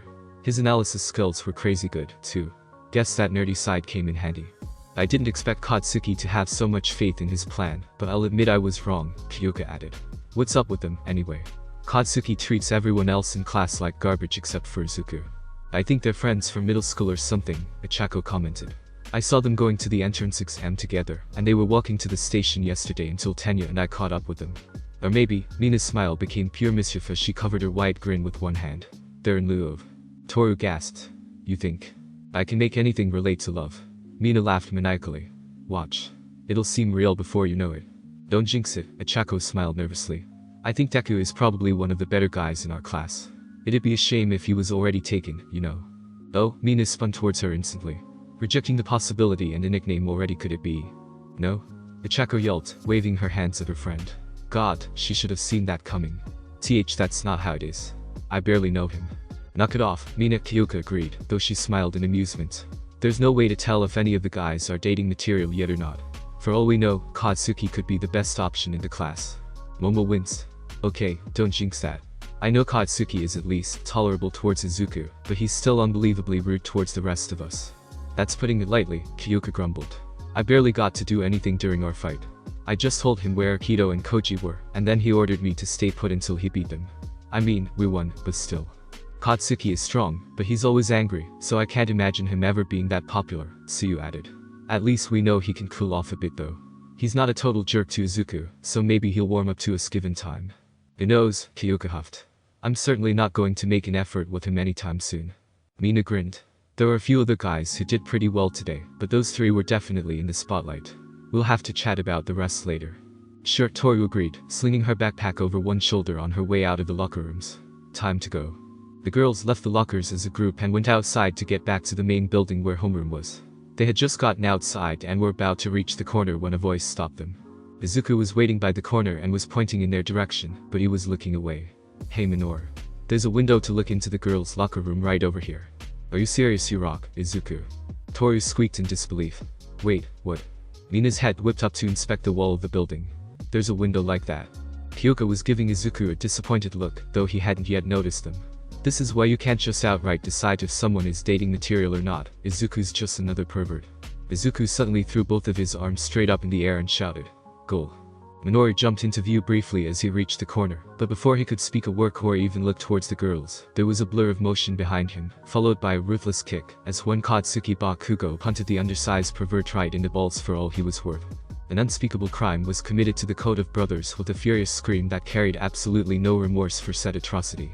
A sonic boom ripped through the air as Minoru was sent flying over the grounds, past the huge building at the entrance to UA, straight through no less than 4 trees, and bounced roughly along the ground, before coming to an abrupt stop when he hit the thick steel wall surrounding the campus. And there he stopped, suspended about 6 feet off the ground by his own sticky hair, unconscious and drooling blood. The kick is good. Izuku lowered his arms and turned to inspect Katsuki's work, holding one hand over his eyes to see better. He whistled lowly as he pulled out his phone. That might be a new record. Ha.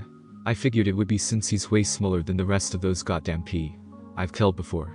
Katsuki grinned viciously. What's my score? 1 sec, Izuku replied, tapping his phone and pointing it towards where Minoru had ended up to get the final distance. You made him go 914 meters. It's a new record. Katsuki fell to his knees, throwing both middle fingers towards Minoru as he screamed victoriously. Hell yeah. Get fucked, you little perv. All the while they were totally oblivious to the girls, who were still picking their jaws up off the ground, after witnessing the gift of God that was Katsuki's perfect kick into Minoru's family package. I take back what I said about Izuku, Kyoka told her friends as soon as she was able to form a coherent sentence. That boy is a treasure and no one can tell me otherwise. Ichako was covering her mouth to hide her giggles. Izuku and Katsuki were still hyped over the latter's god-tier kick, and were dramatically celebrating the achievement. I knew there was no way Deku would be like that. I guess he and Katsuki were putting Minoru in his place for getting all perverted with us. Agreed, Mina sighed happily. Still holding her phone up, she'd reflexively pulled it out to snap a long stream of photos of Minoru flying through the air. I don't think I've ever seen something so beautiful in my life. I almost feel bad, Tsuyu admitted, then bluntly added. I don't though. Kyoka might have jinxed us, Toru said. Katsuki does have more than one good bone in his body. It's just small. Like, his pinky finger. I'll take that pinky over Minoru any day, Momo told her. I must do something to repay him for that excellent kick. Let's just all agree for now. Mina stuffed her phone in her pocket as the girls watched Izuku and Katsuki walk off back to homeroom. Those two get top marks for today in our books. When they got back to homeroom, most of the class was already there. Katsuki still looked far too proud of himself, but he was being nicer than normal because of it. There was a group of other students hovering around him and Izuku, the latter of which was making notes in his notebook again and occasionally looking up to talk to them. Wait, you were the one who blasted Minoru into the wall, Ichiro exclaimed. Who else was gonna punt that little pal where the sun doesn't shine? Katsuki laughed. Hanta visibly winced.